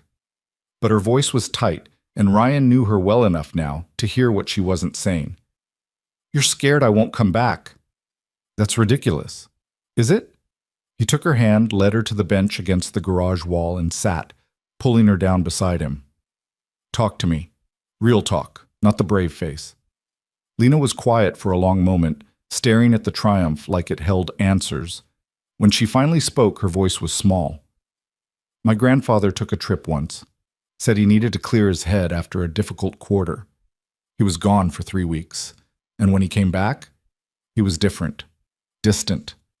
Like the space away had shown him he didn't actually need us, need me, as much as he thought. I'm not your grandfather. I know that. Intellectually, I know that.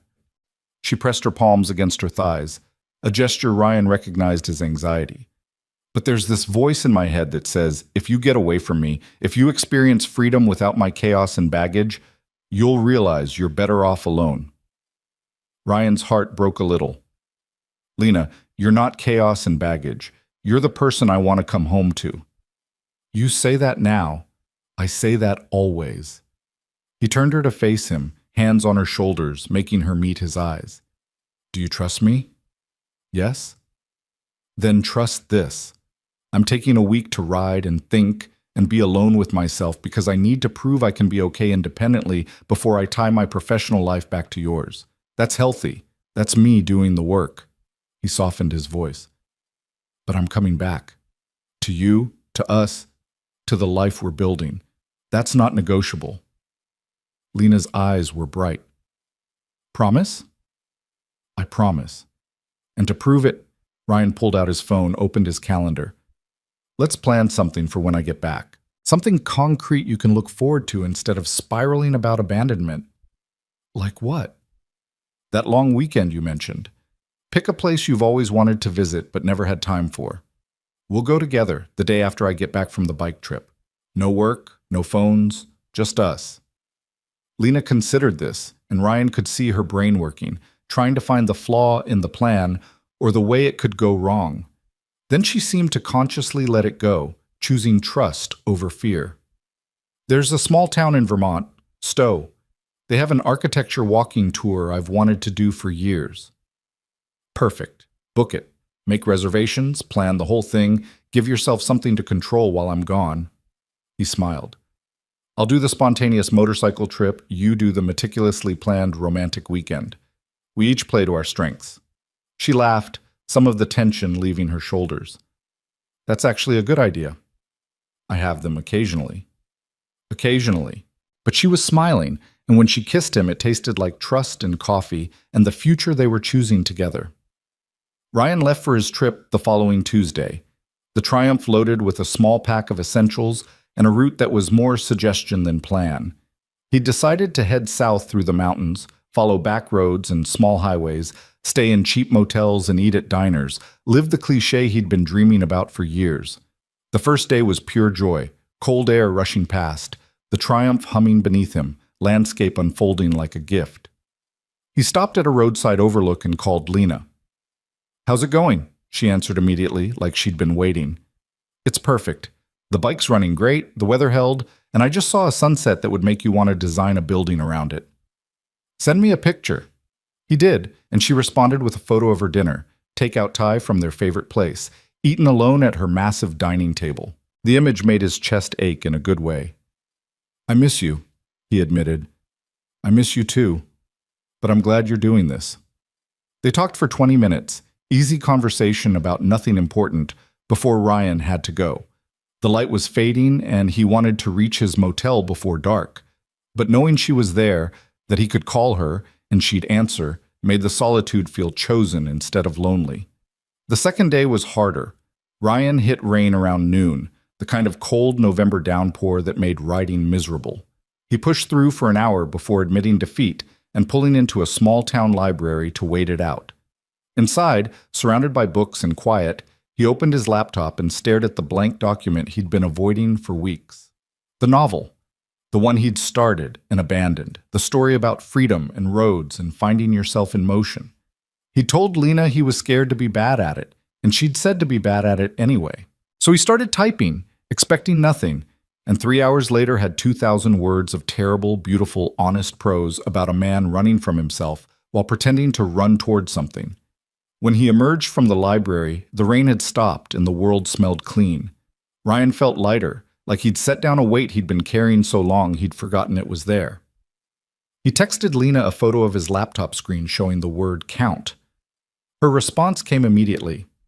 You're writing. How does it feel? Terrifying and right. Like this. Like us. Exactly like us. The third day, Ryan rode through mountains that took his breath away and stopped at a diner where the coffee was terrible and the pie was transcendent. He sat in a booth by the window, working on his novel, occasionally looking up to watch the world pass by. An older waitress refilled his coffee and gestured at his laptop. Writing the great American novel? She asked with a smile. Just a small one, about motorcycles and freedom. Best kind. My husband used to ride, said it was the only place his brain ever shut up. She topped off his cup. He's been gone 5 years now. I miss watching him come home from trips, all windburned and happy and full of stories. Ryan thought about Lena waiting at home, probably checking her phone too often and trying not to spiral. I'm heading back soon. Someone's waiting. Good. The trip matters, but coming home matters more. That night, in a motel room that smelled like old carpet and industrial cleaner, Ryan called Lena. How are you really? He asked, skipping pleasantries. A pause, then honesty. Struggling. I'm trying not to be, trying to give you space and trust the process, but I keep having these moments where I'm convinced you're not coming back. What do you do when you have those moments? I call my therapist, journal about it. Sometimes I go to this garage and sit with your tools and remind myself that you left them here because you're coming back. Her laugh was self-deprecating. It's pathetic. It's not pathetic. It's healing. Ryan lay back on the uncomfortable motel bed, phone pressed to his ear.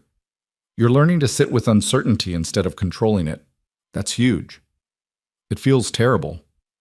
Most growth does. He smiled at the water-stained ceiling. For what it's worth, I think about you constantly. Every beautiful view, every good meal, every word I write, my first thought is wanting to share it with you.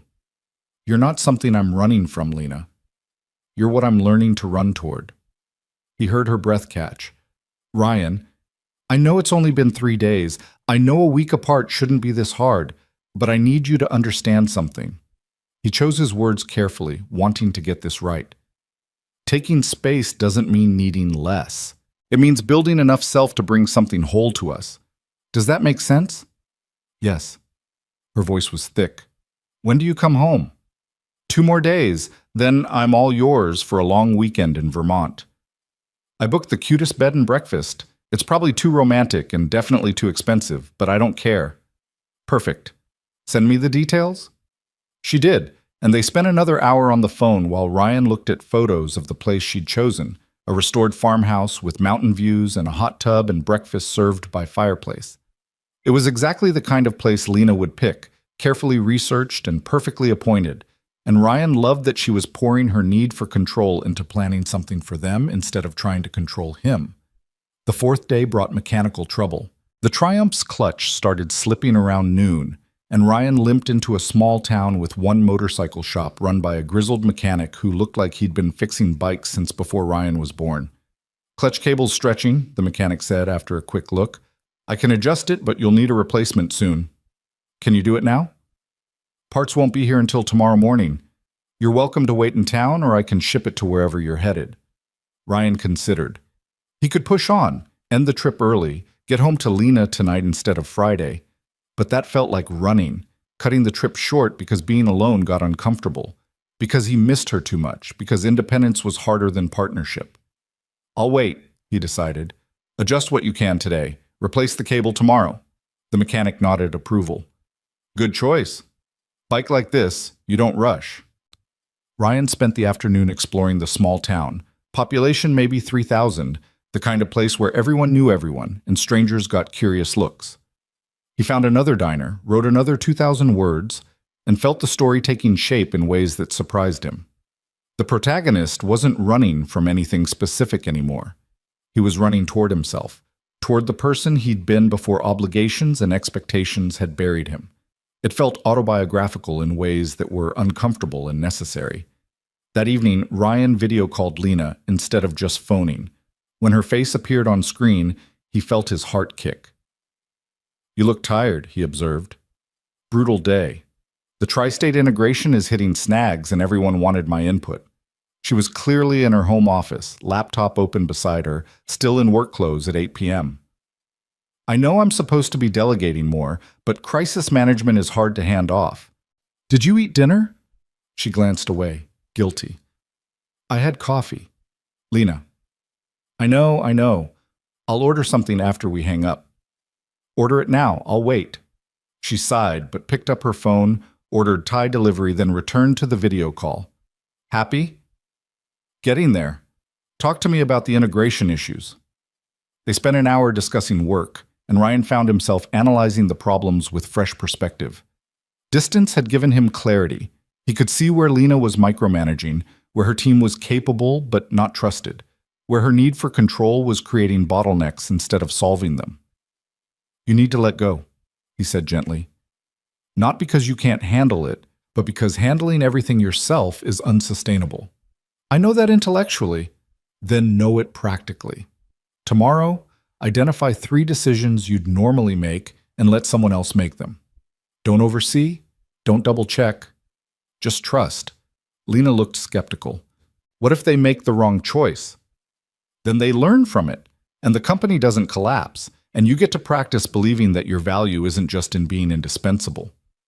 She was quiet, processing.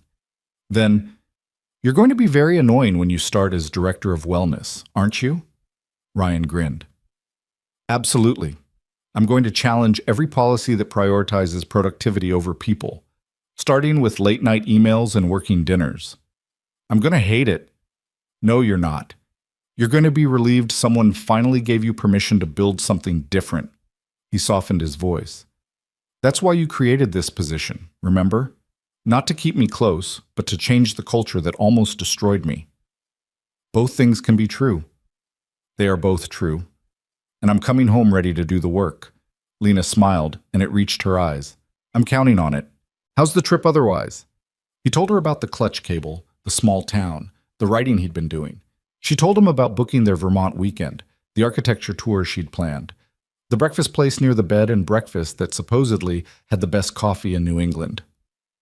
"You've researched everything, haven't you?" Ryan asked, amused. "Of course. I don't do spontaneous well, remember? I love that about you.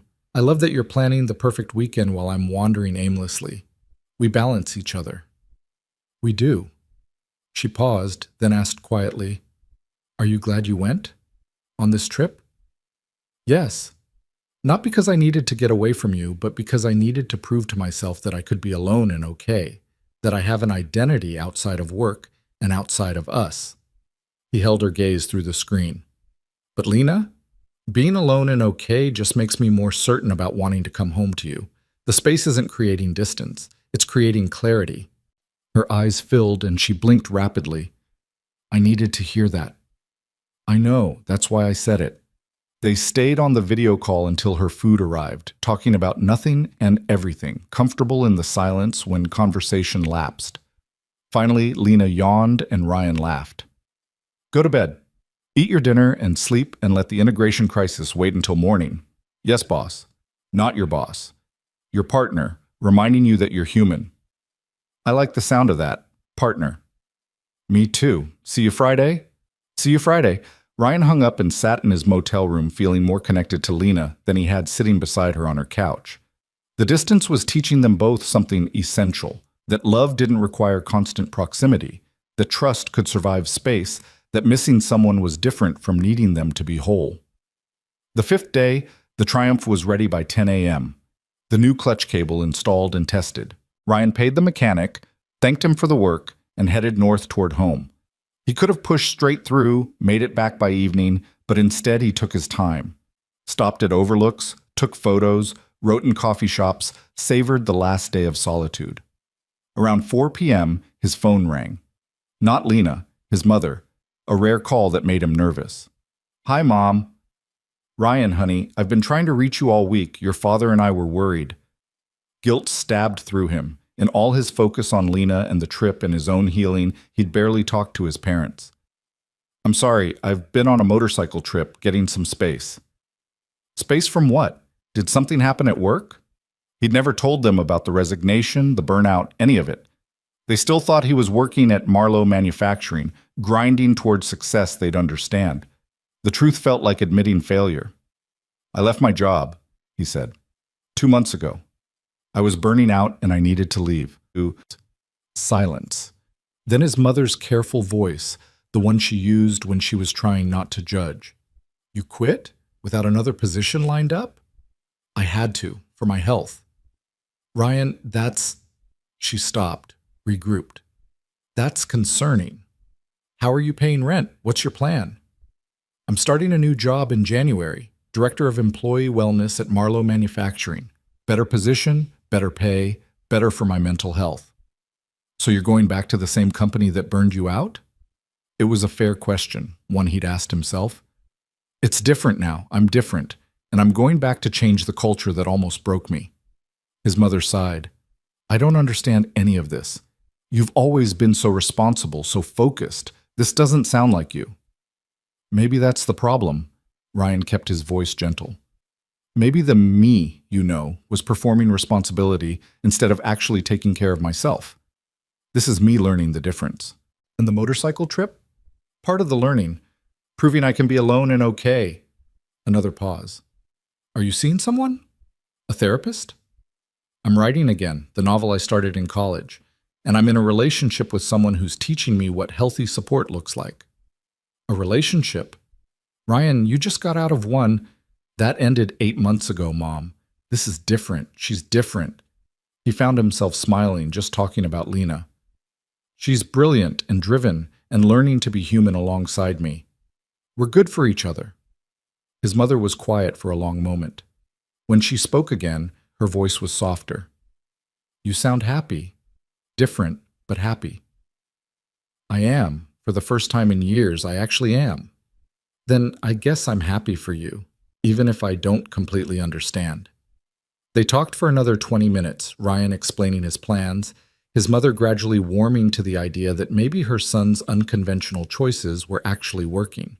When they hung up, Ryan felt lighter, like he'd set down another weight he hadn't realized he was carrying, the weight of his parents' expectations, their vision of success that had never quite fit. He made it home to his apartment by 7 p.m., the Triumph purring into his parking space like it belonged there. His place looked the same, small and slightly messy and completely his, but he felt different entering it, stronger, clearer, more himself than he'd been in years. Lena texted before he could even get his helmet off. You're home. Can I come over? Or is that too eager? Ryan smiled, typed back. Come over. Bring wine. I missed you. She arrived 30 minutes later with a bottle of red and a smile that made his heart stutter. They stood in his doorway for a moment, just looking at each other, before Ryan pulled her inside and kissed her properly. She tasted like hope and coming home and everything he'd been riding toward. How was it? Lena asked when they finally broke apart, both breathing hard. Perfect. Lonely? Necessary. All of the above. He led her to the couch, poured wine, and spent the next 2 hours telling her about the trip, the roads and the writing and the small towns and the mechanical trouble. She listened with complete attention, asking questions, laughing at the right moments, looking at him like he'd done something brave instead of just taken a week on a motorcycle. "Did you figure out what you needed to figure out?" she asked finally. "Yeah. I figured out that I can be alone without disappearing, that my identity exists outside of work and outside of us, and that's actually what makes me better at both." He took her hand. "I also figured out that independence isn't the opposite of partnership. It's the foundation of it." "I'm still learning that." Lena squeezed his hand. "This week was hard. I wanted to call you 100 times. Wanted to track you down and make sure you were okay. Wanted to control your safety, since I couldn't control your choice. But I didn't." "I know. I'm proud of you." "My therapist is proud of me too. She said sitting with uncertainty is advanced level work." Lena smiled.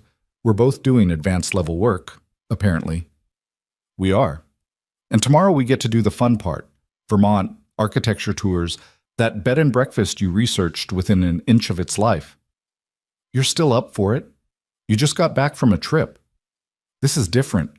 That was solo healing.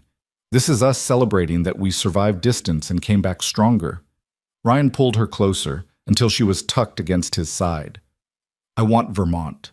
Want to see you geek out over old buildings and drink overpriced coffee and wake up next to you in a place that isn't haunted by work stress." "When you put it that way." She tilted her face up, kissed him softly. "Thank you for coming home."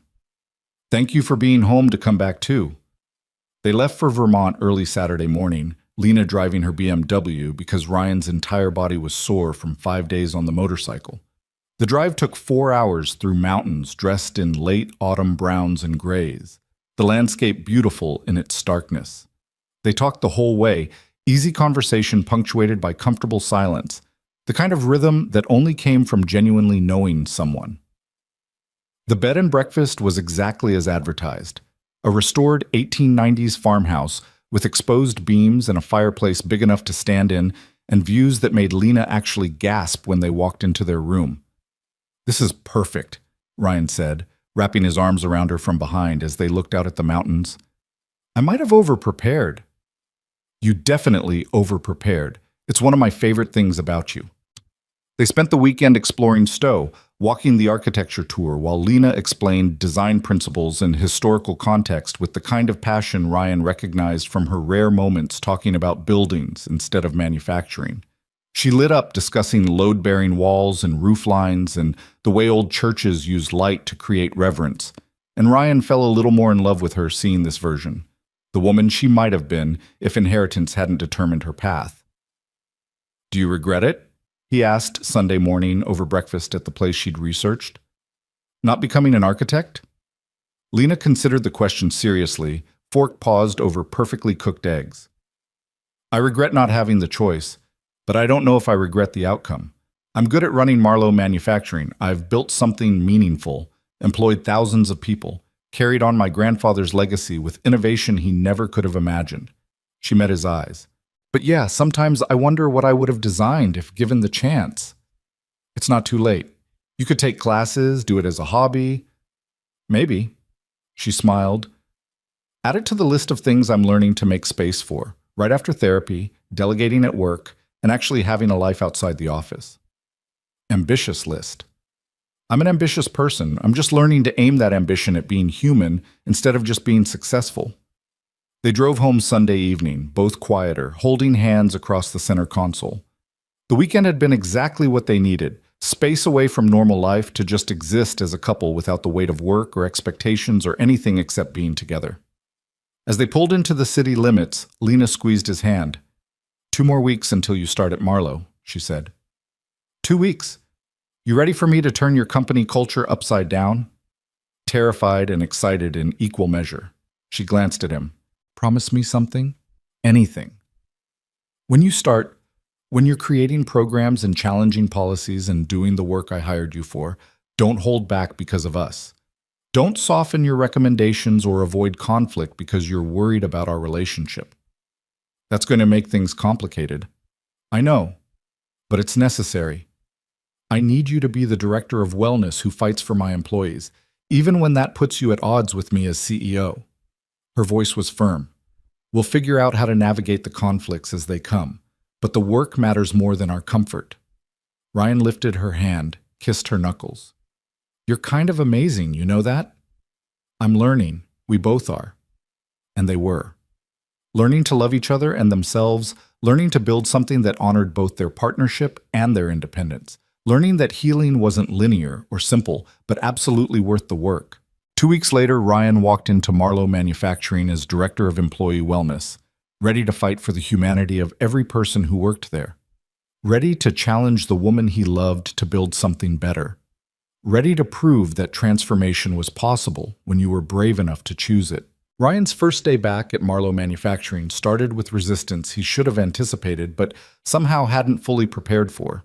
He arrived at 7 a.m., earlier than necessary, carrying a messenger bag full of research and proposals and the nervous energy of someone about to challenge an entire corporate culture. His new office was on the 3rd floor, far from Lena's executive suite, a deliberate separation they'd agreed on to maintain boundaries. The space was small but had a window, and someone, probably Lena, had left a potted plant on the desk with a note that read, "Make them uncomfortable. That's the job." L. Ryan smiled, tucked the note in his drawer, and spent the first hour reviewing employee data he'd requested weeks ago. Turnover rates, sick day usage, exit interview summaries, anonymous survey results about workplace satisfaction. The numbers painted a picture he'd lived but hadn't fully grasped from the inside. Marlowe Manufacturing was systematically burning through talented people, losing institutional knowledge and innovation to exhaustion masquerading as dedication. At 9 a.m., he had his first meeting with the executive team. Lena, the COO, CFO, head of HR, and the division vice presidents. Ryan had prepared a 30-minute presentation outlining his initial assessment and proposed interventions. He'd shown it to Lena the night before, and she'd been blunt. They're going to hate this, she'd said, reading through his recommendations. Mandatory time off, hard stops on email after 7 p.m., restructured performance metrics that don't reward overwork. You're attacking everything they believe makes this company successful. I know. Good. Don't back down. Now, sitting in the conference room where he'd once presented merger projections while running on 4 hours of sleep, Ryan faced the same executives who'd praised his dedication while it destroyed him. Lena sat at the head of the table, perfectly professional, giving him no special recognition beyond a brief nod of acknowledgement. Ryan started with data. Showed them turnover costs, productivity losses from burnout, the correlation between employee well-being and innovation metrics. Then he hit them with the personal stories pulled from exit interviews, anonymized but devastating, talented employees leaving because they'd missed too many of their kids' bedtimes, because their marriages were failing, because they'd developed stress-related health issues, and the company insurance barely covered therapy. This isn't sustainable, Ryan concluded. We're treating people as renewable resources when they're not, and the cost, financial, ethical, reputational, is becoming untenable. But Talon, the CFO, a sharp-eyed woman named Patricia, who Ryan had always respected, spoke first. Your proposed interventions would reduce available work hours by approximately 15%. How do we maintain output? We hire more people. We stop expecting 60-hour productivity from 40-hour positions. We build systems that work instead of relying on human burnout to bridge the gap. That's a significant cost increase. Less than our current turnover costs. I have the analysis in your packets. Ryan kept his voice calm, professional, refusing to be defensive. We're spending millions recruiting and training replacements for people we're driving away. Retention is cheaper than replacement. The COO, a man named David, who'd been with the company for 20 years, leaned back in his chair. With all due respect, Ryan, you burned out because the merger pushed you beyond normal capacity. That was an exceptional circumstance, not the daily reality. Was it?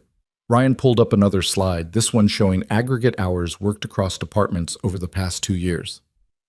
These numbers suggest otherwise. The merger was extreme, yes, but the culture that created my burnout exists company-wide. We reward people who sacrifice everything, and we're surprised when they have nothing left. We reward people who deliver results, David countered. That's how business works.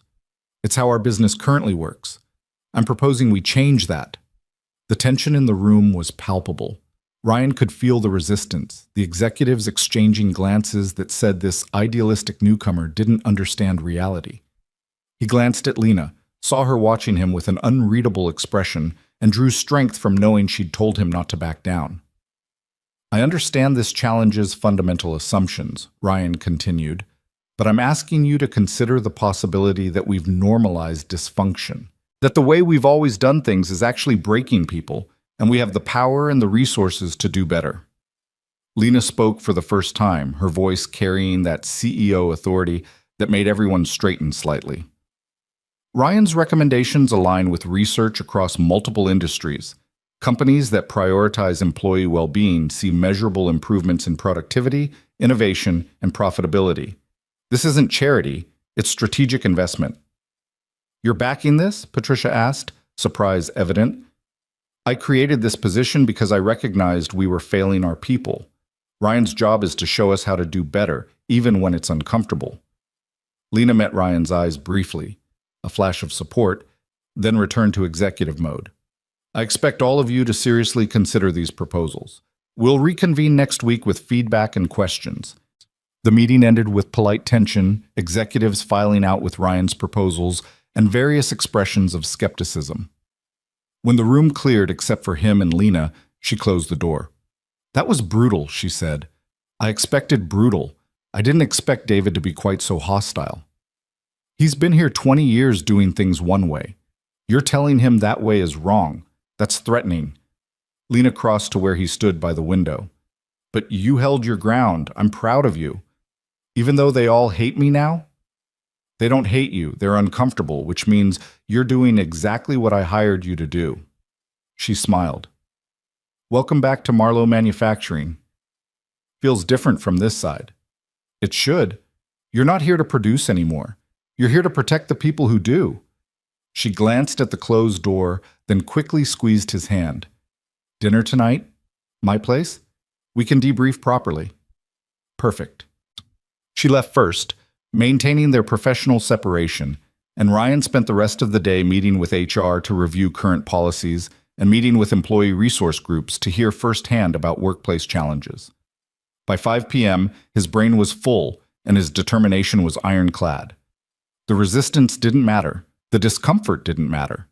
This work was essential, and he was uniquely positioned to do it because he'd survived what he was trying to prevent. That evening at Lena's house, Ryan collapsed on her couch with the exhaustion of someone who'd spent 8 hours fighting cultural inertia. How do you do this every day? He asked as she handed him a glass of wine. Push against resistance, defend decisions, lead people who don't want to be led in new directions? Practice. And the bone-deep certainty that I'm right, even when I'm not sure. She sat beside him, tucking her legs under her. Today was your first battle. How do you feel? Like I might actually be able to do this. Like the work matters enough to fight for. He took a sip of wine. Also like I'm going to make a lot of people angry. Good. Comfortable people don't change.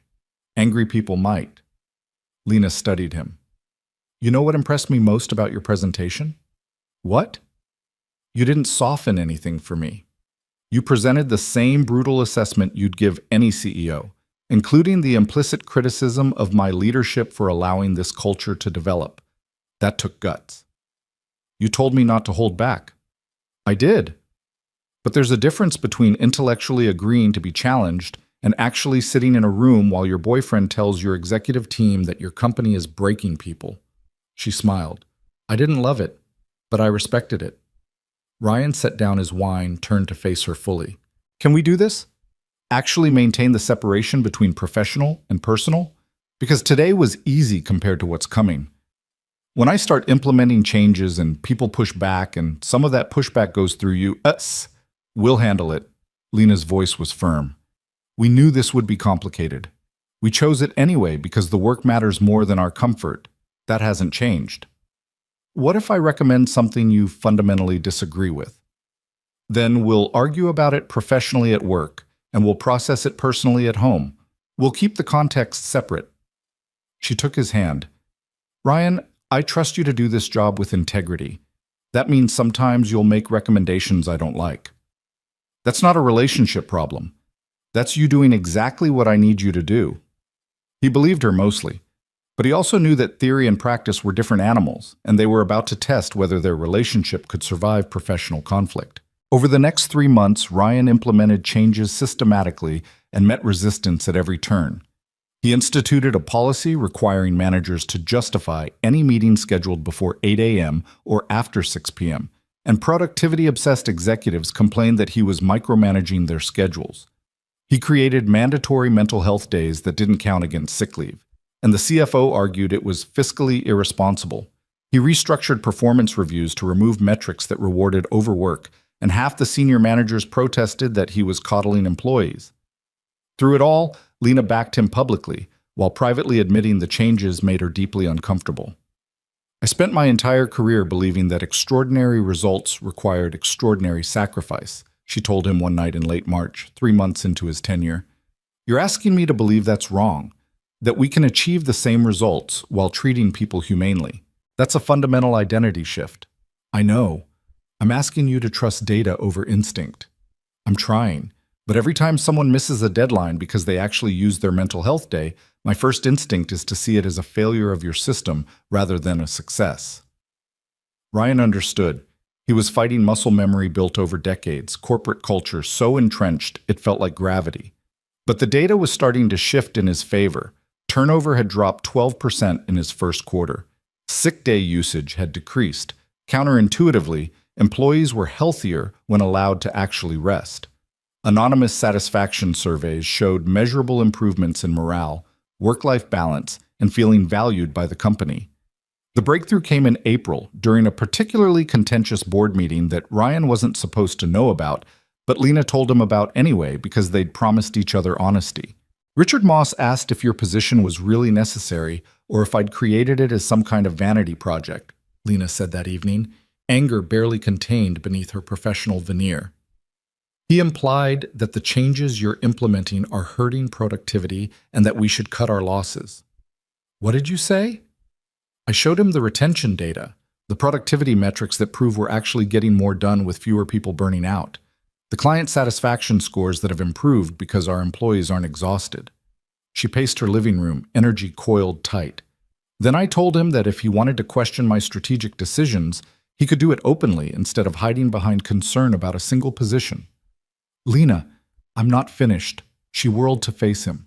I also told him that Ryan Cole is the best hire I've made in 5 years, that the cultural transformation he's leading will define Marlowe Manufacturing's competitive advantage for the next decade, and that if the board didn't like it, they could find a new CEO. Ryan's chest tightened. You didn't. I did. And you want to know the terrifying part? I meant it. She crossed to him, took his hands. I realized sitting in that boardroom that I'd rather walk away from this company than go back to the way things were. That your work matters more than my ego or the board's comfort or any of it. That's huge. It's terrifying. I've built my entire identity around being CEO of Marlowe Manufacturing. Realizing I'm willing to risk that for principle feels like free-falling. She smiled, but it was shaky. You've completely destroyed my priorities, and I'm not sure whether to thank you or blame you. Thank me. Definitely thank me. Ryan pulled her close, felt her trembling slightly against him. You're not losing your identity. You're expanding it, making space for the person you are outside of the title. I don't know who that person is yet. Then we'll figure it out together. The board ultimately backed Lena's position, swayed by data and her willingness to stake her reputation on Ryan's work. But the incident crystallized something important. Their professional and personal lives were more intertwined than they'd intended, and pretending otherwise was becoming impossible. We need to talk about boundaries, Ryan said over dinner the following week. Real ones, not theoretical ones. Lena set down her fork, that focused attention he recognized from board meetings. Okay, I can't keep coming home and processing work conflicts with you. When executives push back on my recommendations and that pushback goes through you, discussing it here blurs lines in ways that aren't healthy for either of us. So what do? We get better at separating contexts. Work stays at work unless it's actively affecting our relationship. We don't debrief every meeting or strategize every implementation.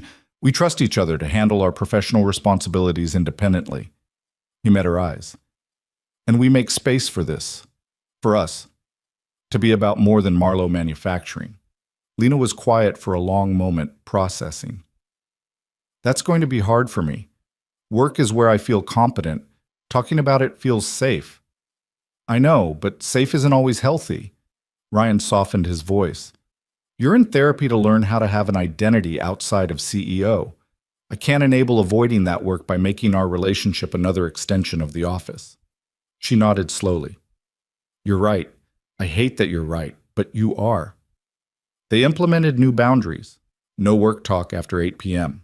No strategizing about Ryan's initiatives unless he specifically asked for input, and dedicated date nights that were completely work-free. It was awkward at first, both of them reaching for familiar topics before catching themselves, but gradually they found their rhythm. May brought the motorcycle trip they'd been planning since winter, a week riding through the mountains with Lena following in her car, meeting Ryan at predetermined stops for meals and nights together. It was a compromise between his need for solo road time and her desire to share the experience, and it worked beautifully. Ryan rode through mountain passes with spring flowers just beginning to bloom, stopped at overlooks that took his breath away, and wrote in his journal about freedom that wasn't running from anything anymore, but running toward a life he was actively choosing. Every evening, he'd pull into some small town and find Lena waiting, usually with coffee and a smile, and they'd explore together before finding a motel or bed and breakfast for the night. This is perfect, Lena said one evening in a tiny town in West Virginia, sitting on a motel balcony watching sunset paint the mountains gold. You get your solo time, I get to see places I'd never visit otherwise, and we get to end each day together. Better than Vermont? Different than Vermont, both perfect in their own ways. She leaned against him. I've been thinking about something. Dangerous. Hush, she smiled. I've been with the company for 15 years. Built it from 150 million to over 400 million. Transformed operations, expanded markets, proven everything I needed to prove. Ryan waited, sensing she was building towards something important. What if I didn't stay CEO forever? Lena continued, voice careful like she was testing the words. What if in 5 years, maybe 10, I transitioned to chairman and let someone else run daily operations? I could focus on strategy, work on selective projects, maybe even take that architecture class you suggested. You'd give up being CEO? Not give up. Evolve. There's a difference. She turned to look at him. I don't want to be 70 years old and realize I spent my entire life running a company I inherited instead of building a life I chose. You've shown me what's possible when you're brave enough to step away from what's expected and move toward what's authentic. Ryan's throat tightened. That's the bravest thing I've ever heard you say. It's terrifying, but so was showing up at your door in the rain, and that worked out. She smiled. I'm learning that the terrifying choices are usually the right ones. They spent the rest of the trip talking about futures they'd never dared imagine. Lena gradually transitioning out of CEO responsibilities, Ryan building the wellness program into something that could be replicated at other companies, both of them making space for creativity and rest, and the motorcycle trips that fed Ryan's soul. It wasn't a concrete plan, just possibilities sketched in conversation, but it felt like hope. By the time they returned home in late May, something fundamental had shifted. They'd proven that their relationship could survive professional complexity, that distance made them stronger instead of weaker, that building individual identities enhanced rather than threatened their partnership. June brought Ryan's 6-month review at Marlowe Manufacturing, conducted by the COO to maintain separation from Lena. The results were compelling: turnover down 23%, productivity up 8%, employee satisfaction scores at a 5-year high. The wellness programs Ryan had implemented were working, and even the skeptical executives were starting to acknowledge that maybe treating people humanely was actually good business. The board wants to expand your budget, David told Ryan during the review. They're seeing the ROI and want to accelerate implementation across all divisions. That's great, but I want to make sure we're not just throwing money at the problem. Culture change takes time. Understood, but they're bought in now. You've proven the concept. David smiled, something that looked almost like respect. I owe you an apology. I was resistant to your ideas because they challenged everything I believed about what makes companies successful. But you were right. We were breaking people, and you're showing us how to do better. The apology meant more than Ryan expected. He'd spent 6 months fighting resistance, and having one of his biggest skeptics acknowledge the value of the work felt like validation he hadn't realized he needed. That night, Ryan took Lena to the diner where they'd had their first official date, the place with terrible coffee and excellent pie, and memories of choosing to try something terrifying together. We should celebrate, Lena said, sliding into their usual booth. 6 months of transforming company culture deserves recognition. We should celebrate more than that. Ryan reached across the table, took her hand. We've been together for 8 months, survived me quitting, coming back, implementing changes that made both of us uncomfortable, maintaining boundaries while building something real.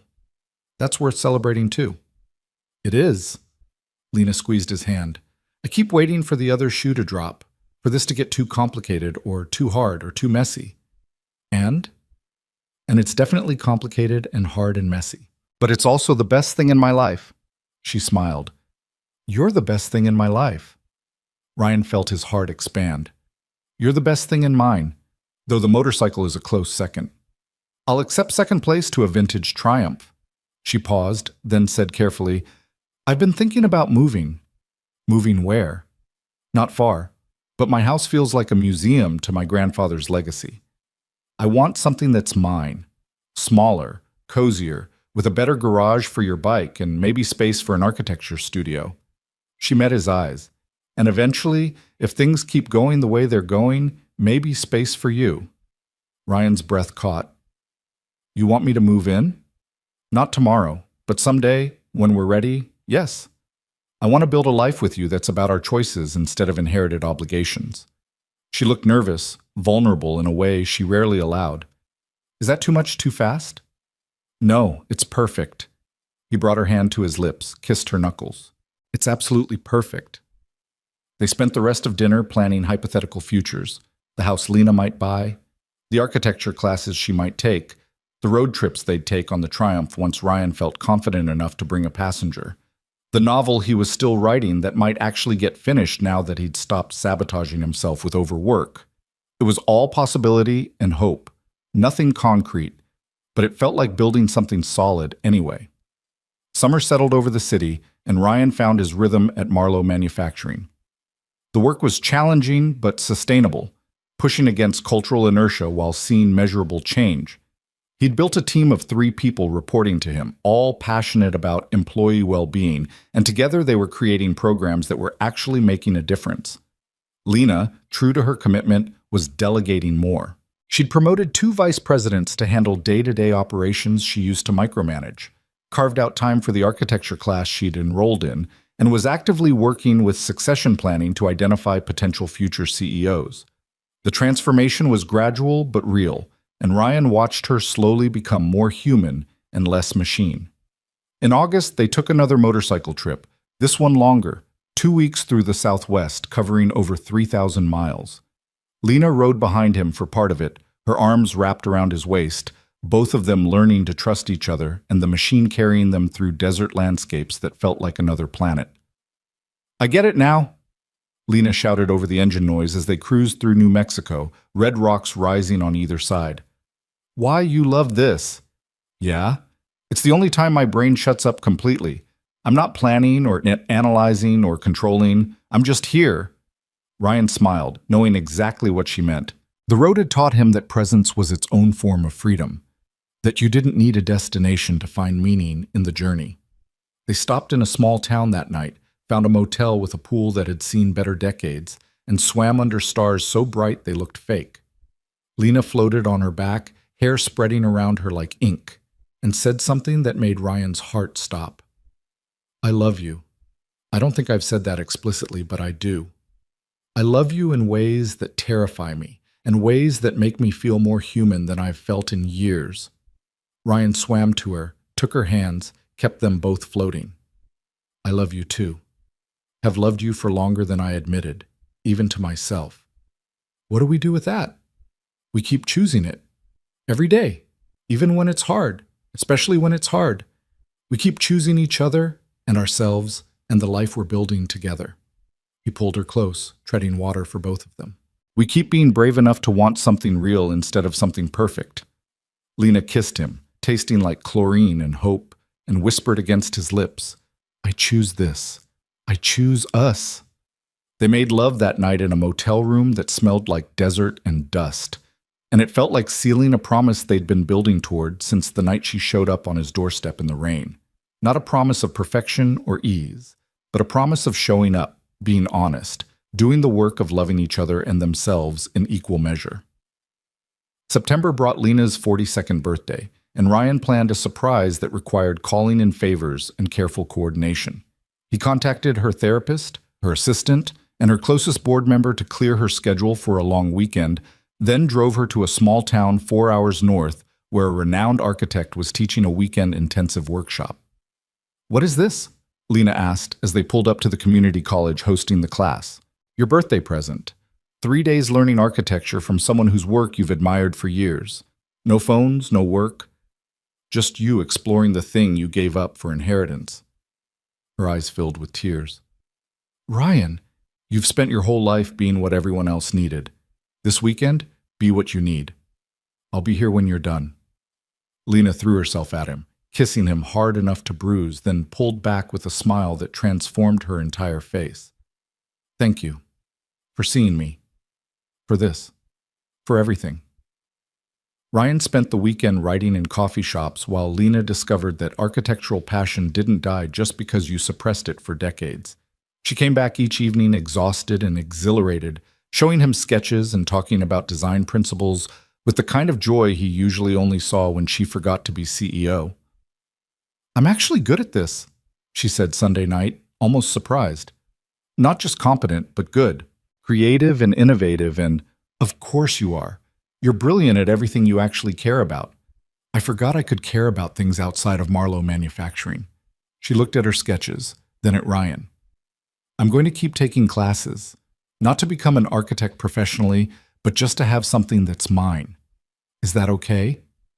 It's more than okay. It's essential. October marked 1 year since Ryan had quit Marlowe Manufacturing, 1 year since the burnout that had forced him to choose himself over productivity.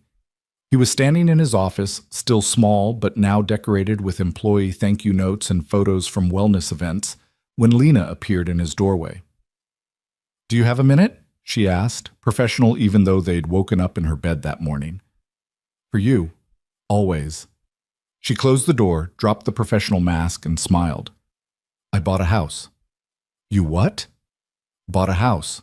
Made an offer last week, closed yesterday, didn't tell you because I wanted it to be a surprise. She pulled up photos on her phone. It's smaller than my current place, has a 2-car garage perfect for the Triumph and whatever project you decide to take on next, and there's a sunroom that would make a perfect architecture studio. Ryan looked through the photos. A craftsman bungalow with original hardwood and built-in bookshelves and windows that seemed to invite light. It was beautiful and human-scaled and absolutely nothing like the Victorian mansion she'd inherited. It's perfect, he said honestly. Move in with me. Lena said it simply, no preamble. I know we talked about someday, but I don't want to wait for someday. I want to wake up with you every morning and come home to you every night and build a life in a space we chose together. Ryan's throat tightened. You're sure? I've never been more sure of anything. You've taught me that choosing what you want instead of what's expected isn't selfish. It's survival. I want this. I want us. I want to stop living in separate places and start building a home together. He kissed her then, in his office in the middle of the workday, breaking their professional boundaries because some moments were more important than protocol. When they broke apart, both smiling, he said, yes, absolutely yes.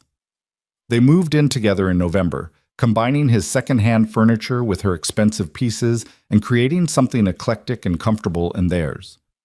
Ryan set up a writing desk in the sunroom alongside the drafting table Lena had bought for her architecture work, and they spent evenings working in parallel, him on his novel, her on design projects, comfortable in shared silence.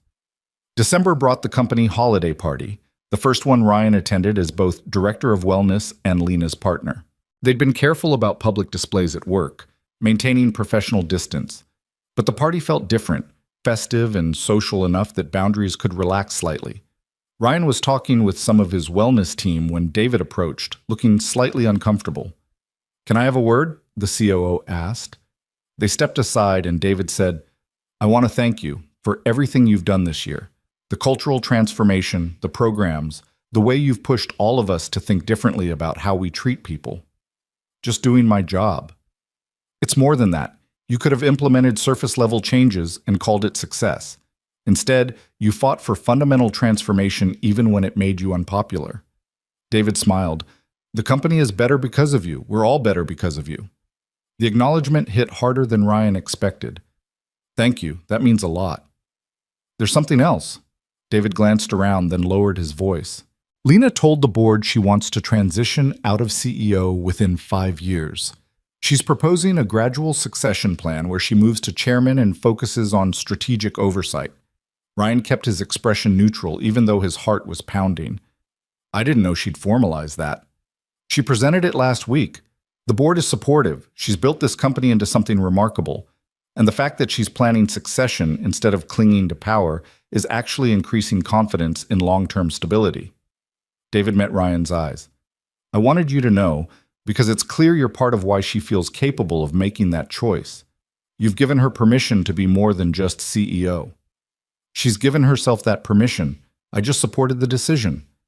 However it happened, it's good for her and good for the company. So thank you for that too." As David walked away, Ryan felt a wave of emotion he couldn't quite name. Pride in Lena for choosing herself, gratitude that their relationship had created space for both of them to transform, hope for futures they were actively building instead of passively inheriting. He found Lena across the room, laughing with a group of employees looking younger and lighter than he'd ever seen her at a company function. She caught his eye and smiled, that private smile that was just for him, and mouthed, "I love you." Ryan mouthed it back, feeling the truth of it settle into his bones. The year ended with them back at that diner on 5th Street, the place where they'd had their first real date, eating pancakes and terrible coffee and talking about the year that had transformed both their lives. "Do you regret it?" Lena asked. "Quitting? Coming back? Any of it?" "Not for a second. You?" "I regret that it took almost losing you to wake me up. But the outcome? No regrets at all." She reached across the table, took his hand. "You saved my life, you know. Not just by creating wellness programs, but by showing me that I could be more than what I'd inherited. That wanting something different wasn't betrayal. You saved mine too. By showing up in the rain when you could have just let me go. By fighting for us when it would have been easier to maintain professional distance." Ryan squeezed her hand. "We saved each other." "I like that better. Mutual salvation." They finished breakfast and walked out into January cold, a new year stretching ahead full of possibility. Ryan's novel was nearly finished, Lena's architecture portfolio was growing, the wellness programs at Marlowe Manufacturing were being studied by other companies as a model for cultural transformation. They were building lives that honored both their partnership and their individual dreams, proving that love didn't require sacrifice when both people were committed to growth. "Where to next?" Lena asked as they stood on the sidewalk, breath fogging in cold air. "Home," Ryan said. "Our home." "I like the sound of that." They drove back to the craftsman bungalow they'd made theirs, walked through the door hand in hand, and settled into the life they'd been brave enough to choose. The Triumph sat in the garage, ready for spring rides. The sunroom held their creative work, evidence of dreams they were actually pursuing. The bedroom they shared was warm and comfortable, and proof that intimacy could survive complexity when built on honesty. That night, curled together on the couch with a fire crackling and snow beginning to fall outside, Lena said something that felt like an ending and a beginning all at once. "I used to think success meant never needing anyone, being so competent and complete that dependence was weakness." She turned to look at Ryan. "But you've taught me that real strength is being vulnerable enough to need someone and brave enough to let them need you back. That partnership isn't about completion, it's about two whole people choosing to build something together." Ryan kissed her forehead, held her close, and felt gratitude for every painful step that had brought them here. The burnout that forced him to quit, the rain-soaked confession on his doorstep, the motorcycle trips and therapy sessions, and difficult conversations and boundary setting and all of it. Every hard choice had been worth it. "I love you," he said, "and I'm proud of us. For doing the work, for choosing growth, for building this. I love you too. And I'm proud of the life we're creating, one that honors work without being consumed by it, that makes space for dreams and rest in each other." They sat in comfortable silence, watching snow fall through the window, both thinking about futures they were no longer afraid to want. Lena would gradually transition out of CEO, maybe become chairman, definitely keep taking architecture classes and designing buildings that would never be built but mattered anyway. Ryan would continue transforming company culture, finish his novel, take longer motorcycle trips, maybe start teaching other companies how to treat people humanely. But more than any individual achievement, they'd keep choosing each other, keep showing up through the complicated parts, and the beautiful parts, and the mundane everyday parts that actually made up a life. Keep being brave enough to want something real instead of something perfect. Outside, snow continued falling, blanketing the city in white. Inside, Ryan and Lena sat together in the home they'd chosen, the life they'd built, the love they'd fought for. It wasn't the ending either of them had imagined when she showed up on his doorstep a year ago, drenched and desperate and terrified. It was better. It was real. It was theirs. And that was more than enough.